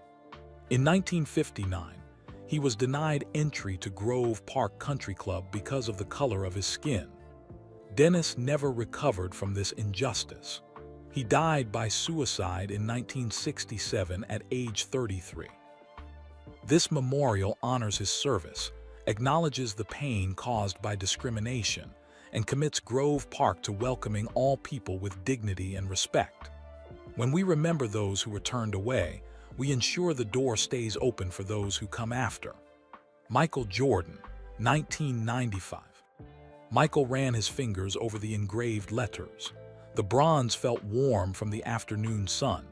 "It's perfect," said a voice behind him. Michael turned. Coach Robert Shaw stood there, leaning on his cane, tears streaming down his weathered face. Next to him stood an elderly white man in a wheelchair, Patrick Sullivan, the soldier who had tried to bring Dennis to Grove Park in 1959. Michael had tracked down Patrick 3 weeks ago. He was 78 years old now, living in a retirement community in Virginia. When Michael called and told him about the memorial, Patrick had insisted on coming despite his poor health. "Patrick, Coach, I'm so glad you're here," Michael said. Patrick wheeled himself closer to the plaque. He stared at Dennis's photograph for a long time, his lips trembling. "I haven't seen his face in 36 years, Patrick whispered. "But I've thought about him almost every day." "Tell me about him," Michael said gently. "What was Dennis like?" Patrick's eyes grew distant with memory. "Dennis was the bravest man I ever knew. During an ambush outside Seoul, our unit was pinned down by enemy fire. 3 men were wounded in the open. Dennis ran out, bullets flying everywhere, and dragged them to safety one by one. He got shot in the shoulder, saving the 3rd man. Never complained, just kept going." Coach Shaw listened, hearing stories about his brother he'd never known. "After the war, we stayed friends," Patrick continued. "We wrote letters. When I came home to North Carolina, I invited Dennis to visit. I wanted to thank him properly. Play golf, have dinner, introduce him to my family. I thought bringing him to Grove Park would be special." Patrick's voice broke. "But they wouldn't let him in. I got so angry. I yelled at the managers. I quit my membership right there. But Dennis, he just got quiet." He said, "It's okay, Patrick, let's just go." But it wasn't okay. I saw something die in his eyes that day. "You tried to help him," Coach Shaw said. "That matters." "I should have done more," Patrick said. "I should have fought harder, written letters, made phone calls, but I was young and I didn't know how to fight that kind of hatred." Michael knelt down next to Patrick's wheelchair. "You're here now. That's what matters. Dennis would appreciate you being here." More people began arriving for the dedication ceremony. Grove Park members, both old and new, staff members, the scholarship kids and their families, local reporters, community leaders. Harrison Fletcher arrived with his family, his wife, his 3 grown children, and several grandchildren. They carried flowers to place at the memorial. Tommy Brennan set up chairs in a semicircle around the 7th tee box. Nearly 200 people came. Some had known about Grove Park's discriminatory history and felt shame. Others were learning the full story for the first time. At 3 o'clock, Michael stepped forward to speak. Everyone grew quiet. "Thank you all for being here today," Michael began. "We're gathered to honor a man most of us never met. Dennis Shaw died before I was born, but his story matters, his life matters, his pain matters." Michael gestured to the memorial plaque. "Dennis Shaw fought for America. He risked his life to protect freedom. But when he came home, he was denied basic dignity because of his skin color. That's not just wrong, it's a betrayal of everything he fought for." Several people nodded in agreement. Grove Park Country Club was part of that betrayal. This beautiful place, with its perfect grass and elegant clubhouse, was built on exclusion. For 87 years, we told people they weren't welcome because of race, religion, or gender. We caused real pain to real people. Michael's voice grew stronger. "But today, we're saying, never again. This memorial isn't just about remembering the past. It's about committing to a different future. Every person who plays this hole will read Dennis Shaw's story. They'll remember what hatred costs, and they'll understand why Grove Park must remain open to everyone. He turned to Coach Shaw. "Coach, would you like to say something?" The old coach stood slowly, steadying himself with his cane. His voice was soft but clear. "My brother Dennis was a gentle man. He loved music and books. He loved children. He volunteered at the local youth center teaching kids to read. When he went to war, he didn't want to fight, but he went because his country called him." Coach Shaw paused, composing himself. When Dennis came home, he was different, quieter, sadder. The war had hurt him inside, but he was healing, making plans, talking about going to college. Then Grove Park turned him away, and something broke that couldn't be fixed. Tears ran freely down the coach's face. "I've been angry about what happened to Dennis for 36 years. But standing here today, seeing this memorial, seeing all of you, I don't feel angry anymore. I feel hope. Hope that we're finally learning, finally changing." He looked directly at Michael. "Thank you for remembering my brother. Thank you for making his pain mean something." Michael hugged the old coach as people applauded softly. Next, Patrick Sullivan spoke from his wheelchair. "I failed Dennis Shaw in 1959. I didn't fight hard enough for him, but maybe we can all learn from my failure. When we see injustice, any injustice, we can't just feel bad about it. We have to act. We have to fight. We have to stand up, even when it's uncomfortable." A woman in the crowd raised her hand. "Mr. Jordan, I have a question." "Yes, ma'am." "I'm Susan Fletcher, Harrison Fletcher's daughter." She looked nervous but determined. "My grandfather was the club manager who turned Dennis Shaw away. Our family has carried shame about that for years. How do we make things right?" Michael thought carefully. "Ms. Fletcher, your grandfather tried to make things right before he died. He donated money to this memorial. He apologized. He showed remorse. That's a start." He looked around at everyone. But real change doesn't come from one person or one donation. It comes from all of us, every day, choosing inclusion over exclusion, choosing kindness over cruelty, choosing to see people's character instead of their skin color. Susan nodded, wiping her eyes. One of the scholarship kids, Keisha Williams, stood up. "Mr. Jordan, can I say something?" "Of course, Keisha." The shy 14-year-old walked to the front, her hands shaking. "I didn't know about Dennis Shaw before today, but his story makes me sad and angry. Sad because he died without seeing things get better. Angry because it took so long for people to care." She looked at the memorial plaque. "But I'm also grateful. Grateful to Mr. Jordan for opening doors. Grateful that kids like me can play golf here now. I promise to honor Dennis Shaw by being excellent, by working hard, by making the most of this opportunity." Applause filled the air. Other scholarship kids stood and joined Keisha, forming a line in front of the memorial. Michael felt his throat tighten with emotion. This was why he bought Grove Park, for kids like Keisha, for the future, not just the past. Earl, the elderly groundskeeper, stepped forward next. "Mr. Jordan, the grounds crew would like to make a commitment. We're going to maintain this 7th hole with special care. The grass will always be perfect. The flowers will always be fresh. Dennis Shaw's memorial will always be beautiful." "Thank you, Earl," Michael said. "That means everything." Harrison Fletcher approached with his entire family. They knelt together at the memorial and placed white roses around the base. "On behalf of the Fletcher family," Harrison said, his voice breaking, "we apologize to Dennis Shaw. We apologize to everyone who was hurt by Grove Park's policies, and we commit to being part of the solution going forward." His grandchildren, 3 kids under age 10, touched the memorial plaque gently as if making a promise. The ceremony continued for another hour. People shared stories. Some talked about their own experiences with discrimination. Others committed to making Grove Park a model for inclusion. As the sun began to set, casting golden light across the course, Michael asked everyone to join hands in a circle around the memorial. "I want us to make a promise together," Michael said. "Repeat after me. We promise to keep the door open."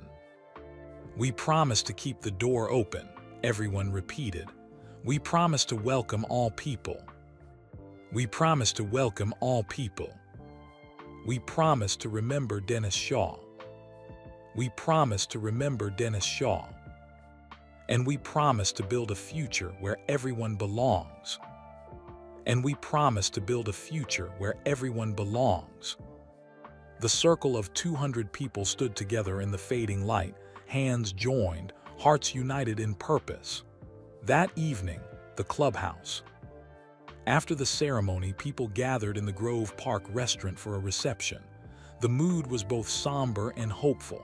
Coach Shaw sat at a table with Patrick Sullivan. The two old men, one black, one white, talked for hours about Dennis, about the past, about hope for the future. "I wish I could have saved him," Patrick said quietly. "You tried," Coach Shaw replied. "That's more than most people did." Michael watched them from across the room. He saw Tommy serving drinks with a smile. He saw the scholarship kids laughing together. He saw old members and new members eating side by side. David Chen approached with Dr. Raymond Williams, the other non-white member who had joined before Michael bought the club. "Michael, this is incredible," David said. "3 months ago, Grove Park made us feel tolerated. Today, it makes us feel valued. That's the difference you've made." Dr. Williams nodded. "I brought my daughter here today. She's 8 years old. She saw that memorial and asked me what discrimination meant. I had to explain that people used to judge others by skin color instead of character. She couldn't believe it. To her, it seems insane." "That's progress," Michael said. "When the next generation can't understand why we ever discriminated, that means we're moving forward." Rebecca pulled Michael aside. "Michael, I have news. 17 new families applied for membership today, and 3 other country clubs have contacted us asking for advice on how to become more inclusive." Michael smiled. "The door is opening wider." "It's not just opening," Rebecca said. "Other people are opening their doors because of what you did here. You're starting a movement." Later that night, after everyone left, Michael walked back to the 7th hole alone. The memorial plaque gleamed under the moonlight. He stood there, thinking about everything that had led to this moment. The pool in Wilmington when he was 12, his mother's words, being turned away from Grove Park, the decision to buy the club, today's ceremony, all of it connected, all of it mattered. "I hope you're at peace now, Dennis," Michael whispered to the night. "I hope you know your story helped change things. That your pain wasn't meaningless." A warm breeze rustled through the trees, almost like an answer. Michael pulled out his phone and called his mother one more time. "Mama, we dedicated the memorial today. How did it feel, baby?" Michael looked at Dennis Shaw's bronze photograph, young and proud in his uniform. "It felt like justice, Mama. Like we finally did right by someone who deserved so much better." "Your daddy and I are so proud of you," Dolores said. "You took a place that caused pain and turned it into a place of healing." "I learned from the best," Michael said. After hanging up, Michael sat on the 7th tee box one more time. Tomorrow would bring new challenges, running the club, managing staff, welcoming new members, maintaining the changes. But tonight, he just wanted to sit with Dennis Shaw's memory, to honor a man he never met but whose story had changed his life. The stars came out one by one, filling the sky with light. The door was open. The memorial stood watch, and Dennis Shaw's story would be told forever. At Grove Park Country Club on the 7th hole, with the best view in all of North Carolina, where everyone could see it, where everyone would remember, where change became permanent. Forever. June 1996, Grove Park Country Club. Michael stood in the parking lot on a Saturday morning watching cars arrive. The lot was completely full, something that rarely happened in the old Grove Park days. Families unloaded golf clubs. Children ran toward the practice range. People of all colors, ages, and backgrounds walked through the front entrance together. Tommy Brennan, now promoted to assistant manager, stood next to Michael with a clipboard. "We have 43 groups teeing off today. That's a club record. And the restaurant is completely booked for lunch and dinner." "How many new members have we added this year?" Michael asked. Tommy consulted his notes. 167. We're now at 498 total members. We had to start a small waiting list for the first time in 10 years. Michael smiled. Grove Park wasn't just surviving under his ownership, it was thriving. "And the scholarship kids?" Michael asked. "All 10 are doing amazing. Keisha Williams won her high school district championship last month. Carlos Rodriguez got recruited by 3 college golf teams.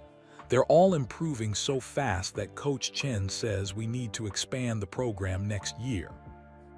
A car pulled up and parked. The Washington family stepped out: Robert, Linda, Marcus, and Tanya. They'd become regular members, playing almost every weekend. "Good morning, Mr. Jordan," Marcus called out. He was 16 now, taller and more confident than a year ago. "Morning, Marcus. How's your game?" "My handicap is down to 8. I'm playing in the state junior tournament next month." "That's excellent. Keep working hard." The Washingtons headed toward the clubhouse, laughing and talking together. They belonged here now. This was their club too. Harrison Fletcher emerged from the clubhouse, walking with purpose. At 65, he moved slower than before, but his eyes were sharp and alert. "Michael, the new irrigation system is working perfectly. Earl and the grounds crew say the course is in the best condition they've seen in 20 years. "That's what I like to hear," Michael said. Over the past year, Harrison Fletcher had transformed. He'd become one of Grove Park's strongest advocates for inclusion. He personally greeted every new member. He trained staff on respectful service. He'd even started giving tours to visiting journalists, proudly explaining how the club had changed. "Oh, and we have a special visitor today," Harrison added. "Patrick Sullivan is here from Virginia.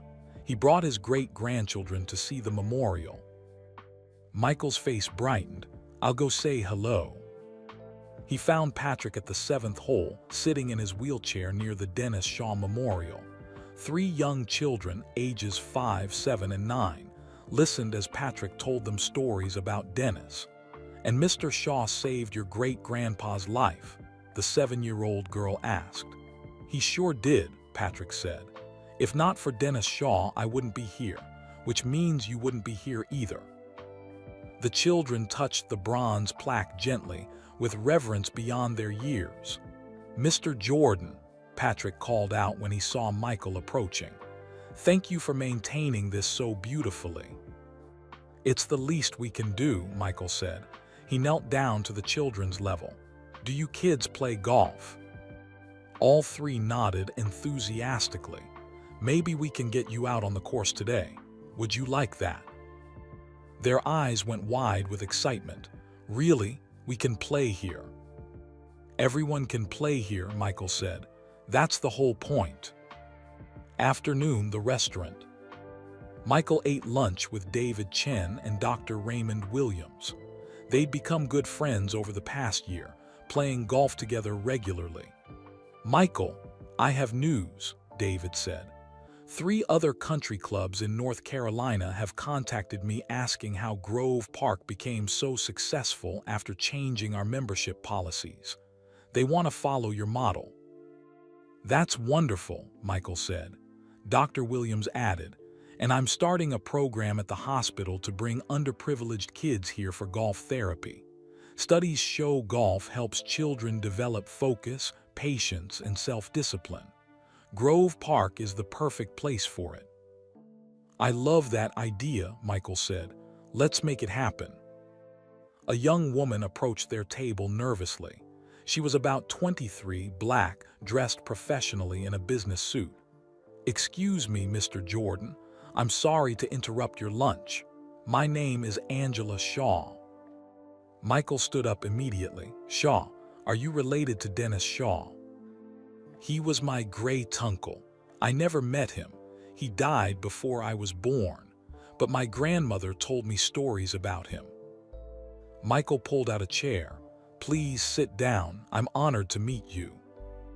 Angela sat, her hands trembling slightly. "Mr. Jordan, I came here today because I wanted to see the memorial. My grandmother is too sick to travel, but she asked me to take pictures and tell her about it." "Of course," Michael said. "I'll personally give you a tour." "Thank you, but I also wanted to tell you something. When my grandmother heard what you did, buying this club, honoring Uncle Dennis, opening the doors to everyone, she cried for 2 hours.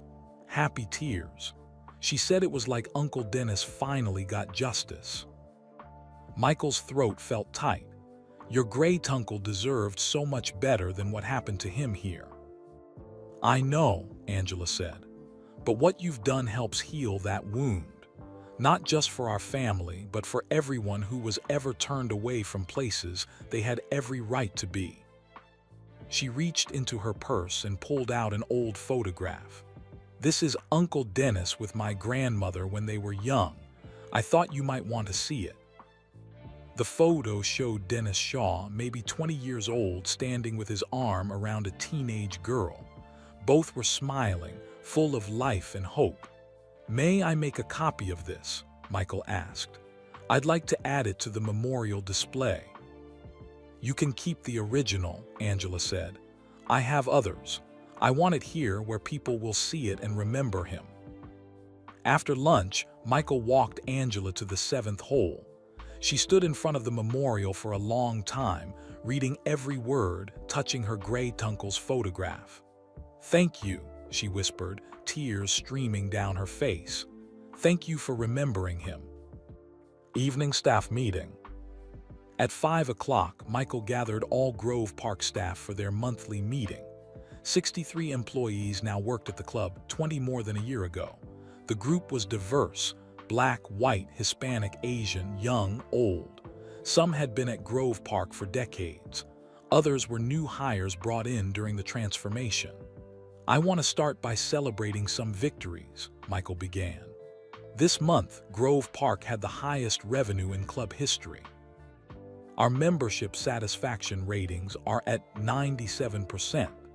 And we received an award from the North Carolina Hospitality Association for excellence in service."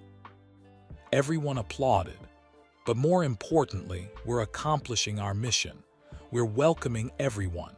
We're providing opportunities to kids who never had them before. We're proving that a country club can be both excellent and inclusive." A kitchen worker named Maria raised her hand. "Mr. Jordan, I have a question. Some of the old members, the ones who stayed, they're still adjusting. Last week, a man complained that the club doesn't feel exclusive anymore.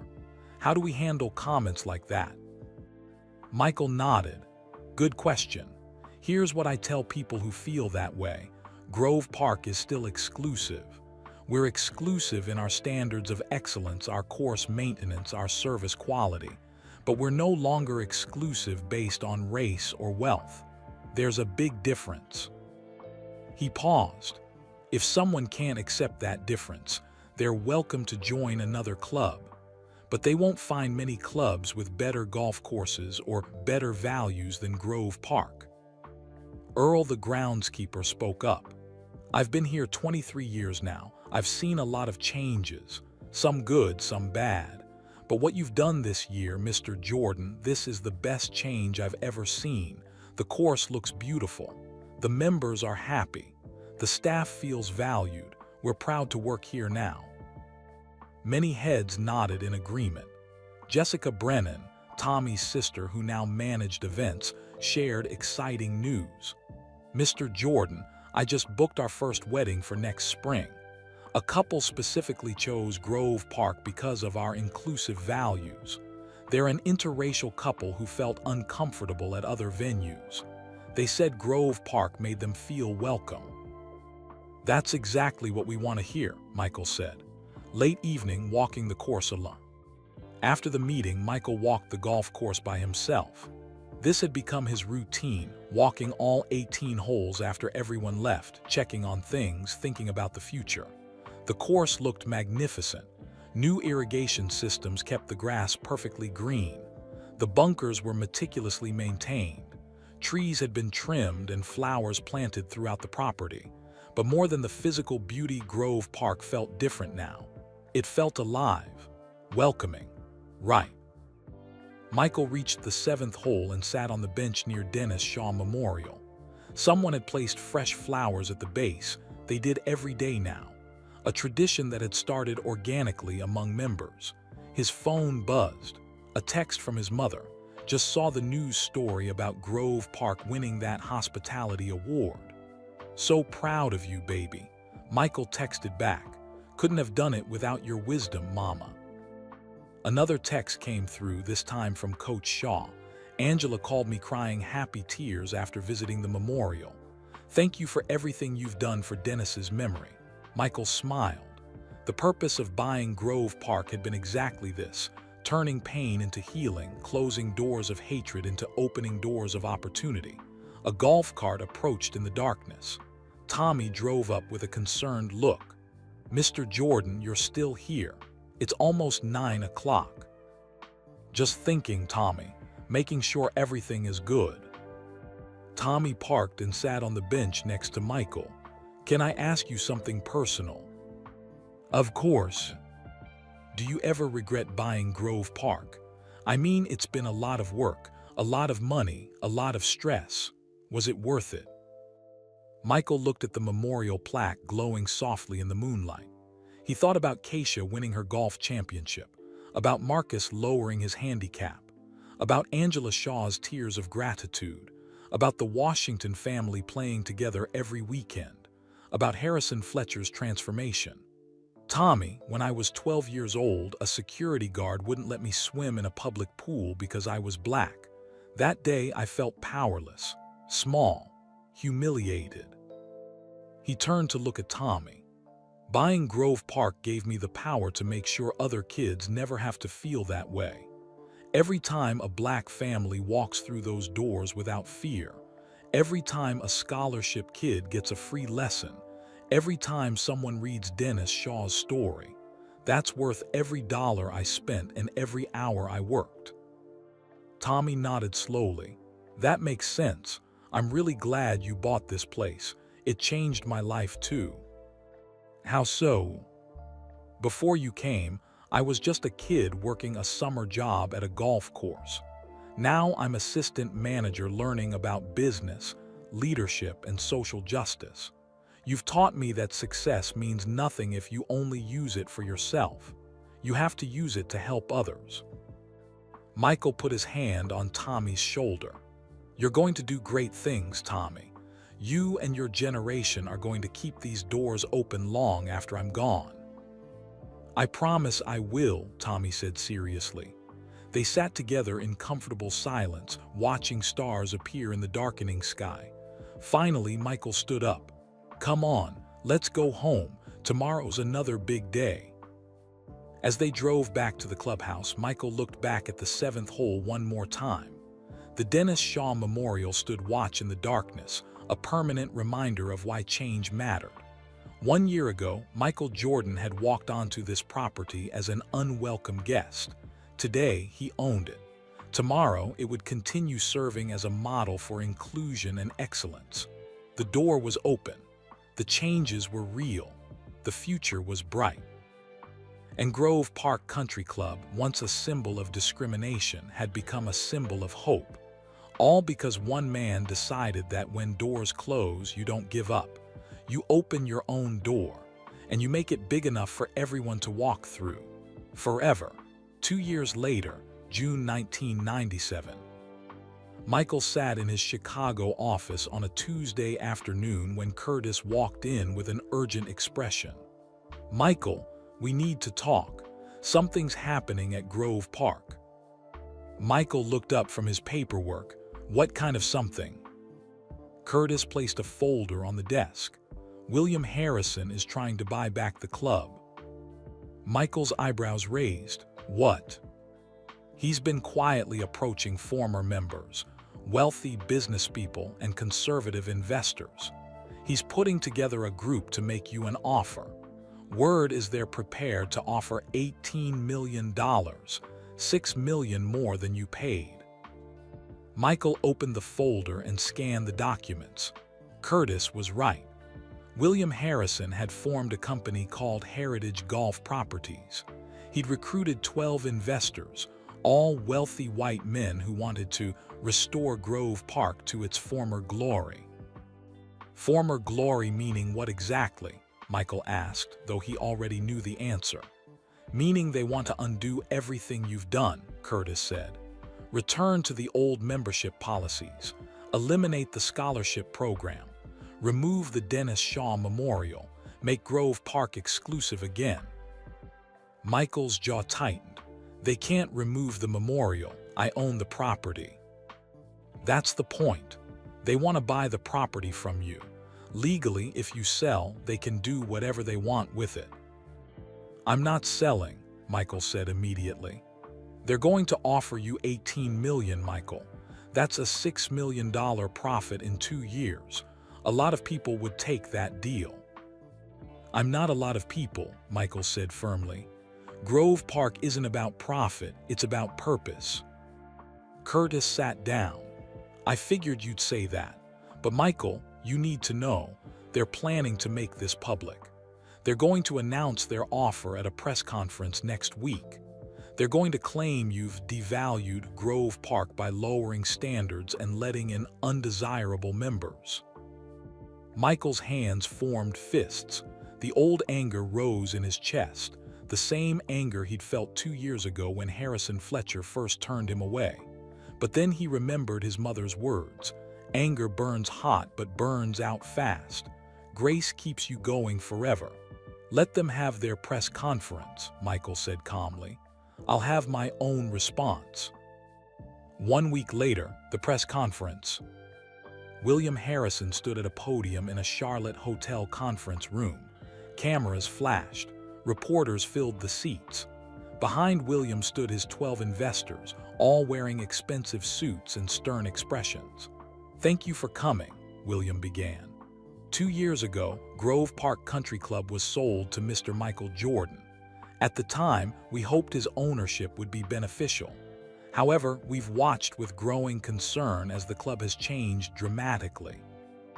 He clicked to a presentation slide showing Grove Park's current membership demographics. Before Mr. Jordan's purchase, Grove Park maintained certain standards that made it one of the most prestigious clubs in North Carolina. Today, those standards have been abandoned. Membership fees have been lowered. Exclusive membership criteria have been eliminated. The club has lost its identity. A reporter raised her hand. "Mr. Harrison, are you saying you want to return to discriminatory membership policies?" "Not at all," William said smoothly. "We simply believe country clubs should maintain appropriate standards. Not everyone belongs at every club. That's not discrimination, that's discernment." Another reporter called out, "What about the Dennis Shaw Memorial? Would you remove it?" William hesitated. "The memorial represents one perspective on history. We believe Grove Park should focus on the future, not dwell on the past." "So yes, you'd remove it," the reporter pressed. "We would make decisions that honor Grove Park's legacy of excellence," William said, avoiding the question. He clicked to another slide showing the offer. Heritage Golf Properties is prepared to offer Mr. Jordan $18 million for Grove Park Country Club. This represents a substantial profit for him. It's a fair deal that allows everyone to move forward. "Has Mr. Jordan responded to your offer?" someone asked. "Not yet, but we're confident he'll see the wisdom in accepting. Business is business after all." Williams smiled confidently at the cameras. "Thank you all for coming." 2 days later, Michael's response. Michael called his own press conference at Grove Park. He specifically requested it be held at the 7th hole next to the Dennis Shaw Memorial. More than 50 reporters came. Camera crews set up equipment. The story had become national news. Would Michael Jordan sell Grove Park back to the people who had discriminated against him? At 10 o'clock, Michael stood in front of the memorial. He wore a Grove Park polo shirt and looked calm and confident. Behind him stood the entire Grove Park staff, 63 employees united in support. The 10 scholarship kids were there in their golf clothes. Coach Robert Shaw sat in a chair of honor. Angela Shaw, Dennis's great-niece, stood proudly in the front row. Current members filled the area: the Washington family, the Rodriguez twins, David Chen, Dr. Williams, and hundreds of others whose lives had been changed by Grove Park's transformation. Michael began speaking without notes. "Good morning. Thank you all for coming. I want to address the offer from Heritage Golf Properties directly and clearly." He paused, looking directly at the cameras. "My answer is no. I will not sell Grove Park Country Club. Not for $18 million, not for $30 million, not for any amount of money." Reporters started shouting questions, but Michael held up his hand. "Let me explain why. 2 years ago, I was denied entry to this club because of the color of my skin. That experience reminded me of every closed door I'd faced in my life. Every moment someone looked at me and saw my race before they saw my humanity." His voice grew stronger. "When I bought Grove Park, I made a commitment, not just to myself, but to every person who's ever been turned away from a place they deserve to be. I committed to keeping this door open, forever." He turned and placed his hand on the Dennis Shaw Memorial. This memorial honors a war hero who was rejected by Grove Park in 1959. Staff Sergeant Dennis Shaw served his country with courage and distinction. He saved lives. He earned medals for valor. But Grove Park told him he wasn't good enough because he was black. Michael's voice cracked with emotion. Dennis Shaw died by suicide 8 years later. He never got to see things change. He never got to see doors open. He never got justice. He looked directly at the cameras again. "But his great-niece is here today. Angela Shaw, would you please stand?" Angela stood, tears already streaming down her face. Angela's great uncle can't walk through these doors, but she can. Her children will be able to. Her grandchildren will be able to. Every generation that comes after will be able to play golf at Grove Park without fear of rejection. Michael's voice grew passionate. Heritage Golf Properties wants to buy this club and return it to former glory. But that former glory included discrimination. It included turning away war heroes. It included telling people they weren't welcome because of skin color. He shook his head firmly. "That's not glory, that's shame. And I will not let that shame return to Grove Park. Not while I'm alive, not ever." Tommy Brennan stepped forward and handed Michael another document. "Today, I'm announcing that I'm placing Grove Park Country Club in a permanent trust. The trust's mission is to ensure that Grove Park remains open and accessible to all people, regardless of race, religion, gender, or economic status. The trust cannot be dissolved. The property cannot be sold except to another entity that commits to the same inclusive values." Reporters erupted with questions. Does this mean Grove Park can never be sold? "It means it can only be sold to someone who will honor its commitment to inclusion," Michael clarified. "Someone who will maintain the scholarship program, protect the Dennis Shaw Memorial, and welcome everyone." A reporter from the Charlotte Observer asked, "Mr. Jordan, Heritage Golf Properties claims you've lowered standards at Grove Park. How do you respond?" Michael smiled. "We haven't lowered standards. We've changed what we value. The old Grove Park valued exclusivity based on skin color and wealth. The new Grove Park values excellence in golf, service, and character. Those are higher standards, not lower ones. He gestured to the staff behind him. Our course is in the best condition it's been in 20 years. Our membership satisfaction is at 98%. Our revenue is up 40%. And we're creating opportunities for young golfers who never had them before. Those are the standards that matter. David Chen stepped forward to speak. I was a member at Grove Park for 3 years before Michael bought the club. I paid 35% more in fees than white members. I was tolerated, not welcomed. Today, I'm valued. My children are valued. That's the difference Michael has made. One by one, other members stepped forward to share their stories. Marcus Washington, now 17. 2 years ago, my family couldn't afford to play at places like this. Today, I have an 8 handicap and I'm being recruited by college golf teams. Grove Park changed my life. Keisha Williams. I won the state junior championship last month. None of that would have happened without the scholarship program. Mr. Jordan didn't just open a door for me, he opened a door to my future. Harrison Fletcher stepped forward nervously. I was the manager who turned Michael Jordan away 2 years ago. I was wrong. I was enforcing policies rooted in hatred. Michael gave me a second chance. He showed me that people can change. Organizations can change. If Grove Park returned to the old ways, I would resign immediately. Earl, the groundskeeper, spoke with quiet dignity. I've worked here for 24 years. I've seen good times and bad times, but these past 2 years have been the best, not just because the course looks beautiful, but because it feels right, because everyone who works here and plays here knows they belong. The testimonials continued for 30 minutes. Members, staff, scholarship kids, community leaders, all speaking about how Grove Park had transformed their lives. Finally, Coach Robert Shaw stood with difficulty, leaning on his cane.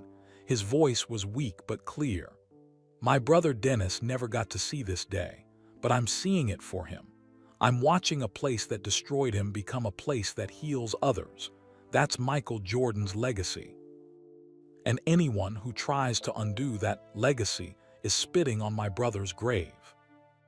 The old coach's words hung in the air like a benediction. Michael returned to the microphone. I want to say something directly to William Harrison and Heritage Golf Properties. I understand you want the old Grove Park back. I understand change is difficult, but I will not sell you this club. Not today, not tomorrow, not ever. He paused, his voice softening. However, I want to make you an offer instead. Come play golf here. Come see what we've built.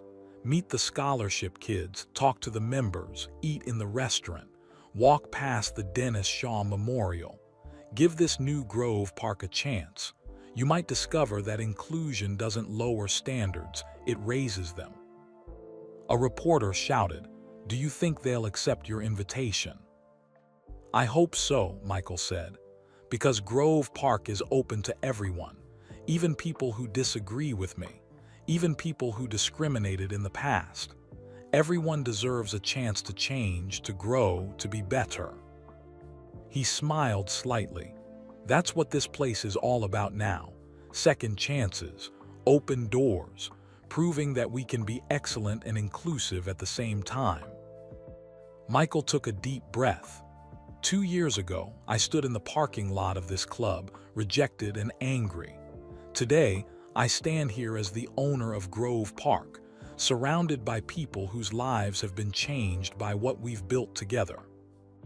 He looked around at the scholarship kids, the diverse staff, the happy members, the memorial honoring Dennis Shaw. This is my response to Heritage Golf Properties. This is my response to everyone who thinks the old ways were better. This is my response to closed doors and discrimination and hate. Michael's voice rose with conviction. The door is open. It will stay open, and no amount of money will ever close it again." The crowd erupted in applause. People stood and cheered. Camera flashes filled the air. Tommy started a chant, "Keep the door open, keep the door open." Others joined, "Keep the door open, keep the door open." The chant grew louder and louder until it echoed across the golf course, across the valley, across the beautiful North Carolina hills. Michael stood in front of the Dennis Shaw Memorial, his hand resting on the bronze plaque, tears streaming down his face. This was his response. This was what shocked everyone. Not anger, not revenge, not accepting millions of dollars, just a simple, powerful commitment.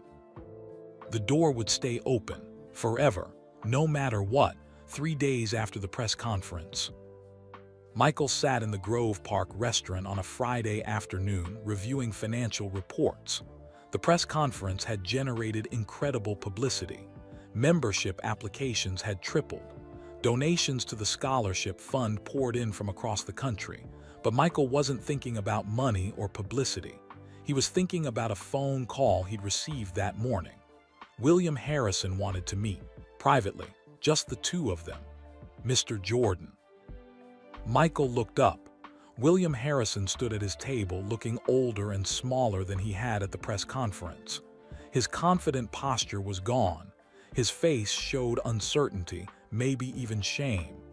"Mr. Harrison, please sit down." William sat slowly, his hands trembling slightly. For a long moment, neither man spoke. "I watched your press conference," William finally said. "I watched it 3 times, actually, trying to understand." "What were you trying to understand?" Michael asked gently. "Why you won't sell? Why you care so much about this place? Why you'd turn down $18 million just to keep a golf course open to everyone?" Michael heard the hesitation in William's voice when he said everyone. The old prejudices still lived there, fighting against something new trying to grow. "Can I tell you a story?" Michael asked. William nodded. "When I was 12 years old, my mother and I tried to go swimming at a public pool in Wilmington. A security guard turned us away even though the pool was full of white children. My mother was angry, but she didn't yell or fight. She just took us home."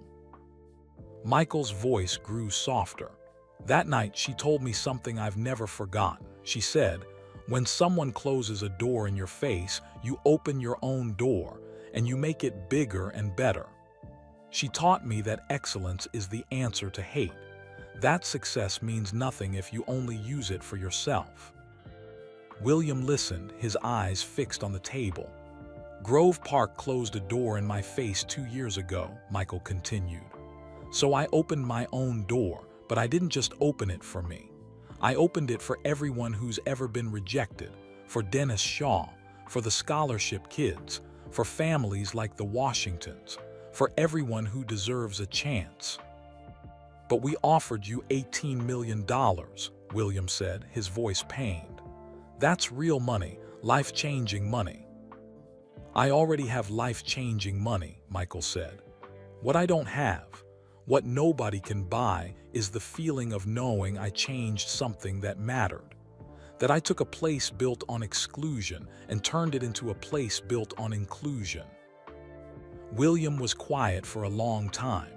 Then, "I grew up in a different world, Mr. Jordan. My father taught me that there were certain people who belonged at places like Grove Park and certain people who didn't. I never questioned it. It was just the way things were." "I understand," Michael said, "but the world is changing. The question is whether we change with it." William looked around the restaurant, at the diverse staff serving customers with smiles, at the mixed tables of members laughing together, at the scholarship kids eating lunch after their golf lessons. "It looks different than I remember," William said quietly, "but I have to admit, it looks happy, alive." "It is alive," Michael said, "because it's serving its true purpose now, bringing people together through love of golf." William reached into his jacket and pulled out an envelope. "I came here to give you this." Michael opened the envelope. Inside was a check for $100,000 made out to the Grove Park Scholarship Fund. "I'm dissolving Heritage Golf Properties," William said. "I'm withdrawing the offer to buy the club, and I'm donating this money to the scholarship program instead." Michael stared at the check in disbelief. "William, this is incredibly generous." "It's not generous, it's overdue." William's voice cracked. "My family has been part of Grove Park's discrimination for 3 generations. My grandfather helped write the rules that kept people out. My father enforced those rules, and I tried to bring them back. This donation is just the beginning of making that right." Michael set down the check and looked directly at William. "What changed your mind?" "Honestly, Coach Shaw's words at your press conference, when he said anyone trying to undo your work would be spitting on his brother's grave, that hit me hard. Dennis Shaw was a war hero. He saved American soldiers' lives, and we turned him away because of his skin color." William's eyes filled with tears. "I never thought about the actual people we hurt. They were just abstract, names without faces. But hearing Coach Shaw talk about his brother, hearing the pain in his voice, I realized we destroyed lives, real lives, good people who deserved better." He wiped his eyes with a napkin. "I can't undo what my family did, but I can support what you're doing now." Michael reached across the table and shook William's hand. "Thank you. This means more than you know." "There's something else," William said. "I'd like to join Grove Park as a member under the new rules. Same fees as everyone else. No special treatment, if you'll have me." Michael smiled. "Everyone is welcome at Grove Park, William, even former enemies, especially people willing to change." That evening, a special dinner. Michael organized a surprise dinner at Grove Park. He invited everyone who had been part of the journey: Coach Shaw, Angela Shaw, the scholarship kids and their families, loyal staff members, supportive members, and now William Harrison. Tables were set up on the lawn near the 7th hole, overlooking the Dennis Shaw Memorial. String lights hung between trees. The evening air was warm and perfect. Michael stood to speak as dessert was served. "Thank you all for being here tonight. 2 years ago, I was turned away from this club. It was one of the most humiliating moments of my life, but it was also one of the most important." He paused, looking at the faces around him, young and old, black and white, rich and working class, all united by their connection to Grove Park. "That moment of rejection forced me to make a choice. I could walk away and forget about it. I could stay angry and bitter, or I could do something that mattered, something that would change not just my life but other people's lives too." Michael gestured to the memorial glowing softly in the evening light. "Dennis Shaw never got to make that choice. He was rejected and destroyed by it. But his story, his pain, became the foundation for something beautiful. His memory inspired this change." Coach Shaw wiped tears from his eyes. Angela Shaw held her grandmother's old photograph of Dennis close to her heart. "The scholarship kids sitting here tonight, Keisha, Marcus, Carlos, Miguel, and the others, they represent Dennis Shaw's second chance. They're the opportunities he never got. They're the doors that are finally open." Keisha stood up, surprising everyone. "Mr. Jordan, can I say something?" "Of course." The 18-year-old girl walked to the front, confident and poised. 2 years ago, I was a shy kid from a poor family who loved golf but thought it was for rich people. Today, I'm headed to Duke University on a full golf scholarship."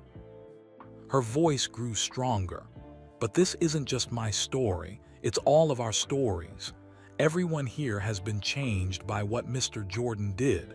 He didn't just buy a golf course. He bought a chance for people to be better, to do better." She turned to Michael. "You taught us that when doors close, we don't give up.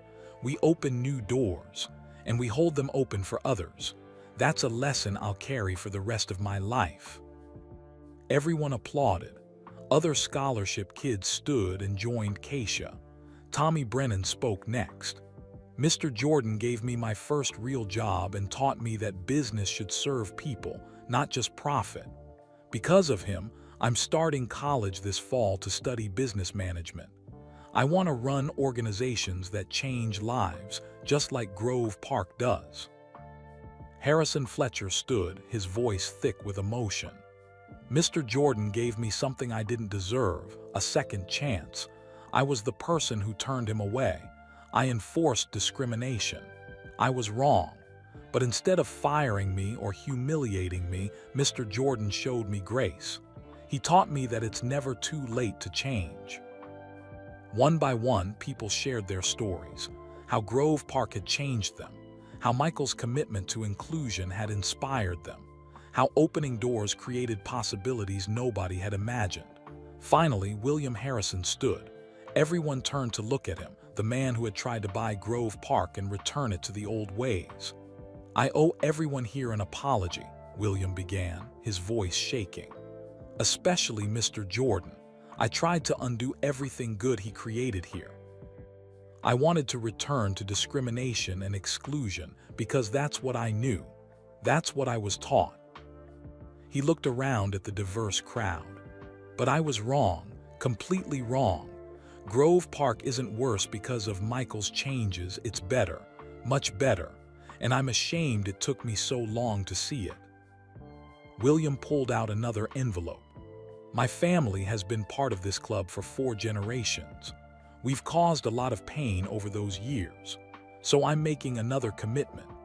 I'm establishing the Harrison Family Reconciliation Fund with $500,000.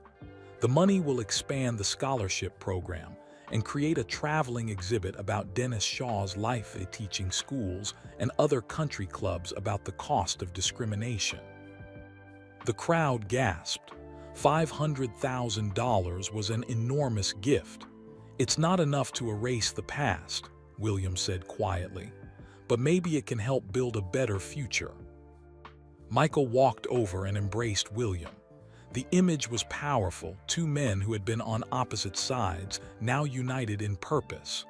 Late night, the 7th hole. After everyone left, Michael walked alone to the Dennis Shaw Memorial one last time. He sat on the bench and looked at the bronze plaque, at Dennis's photograph in his Army uniform. "We did it, Dennis," Michael whispered.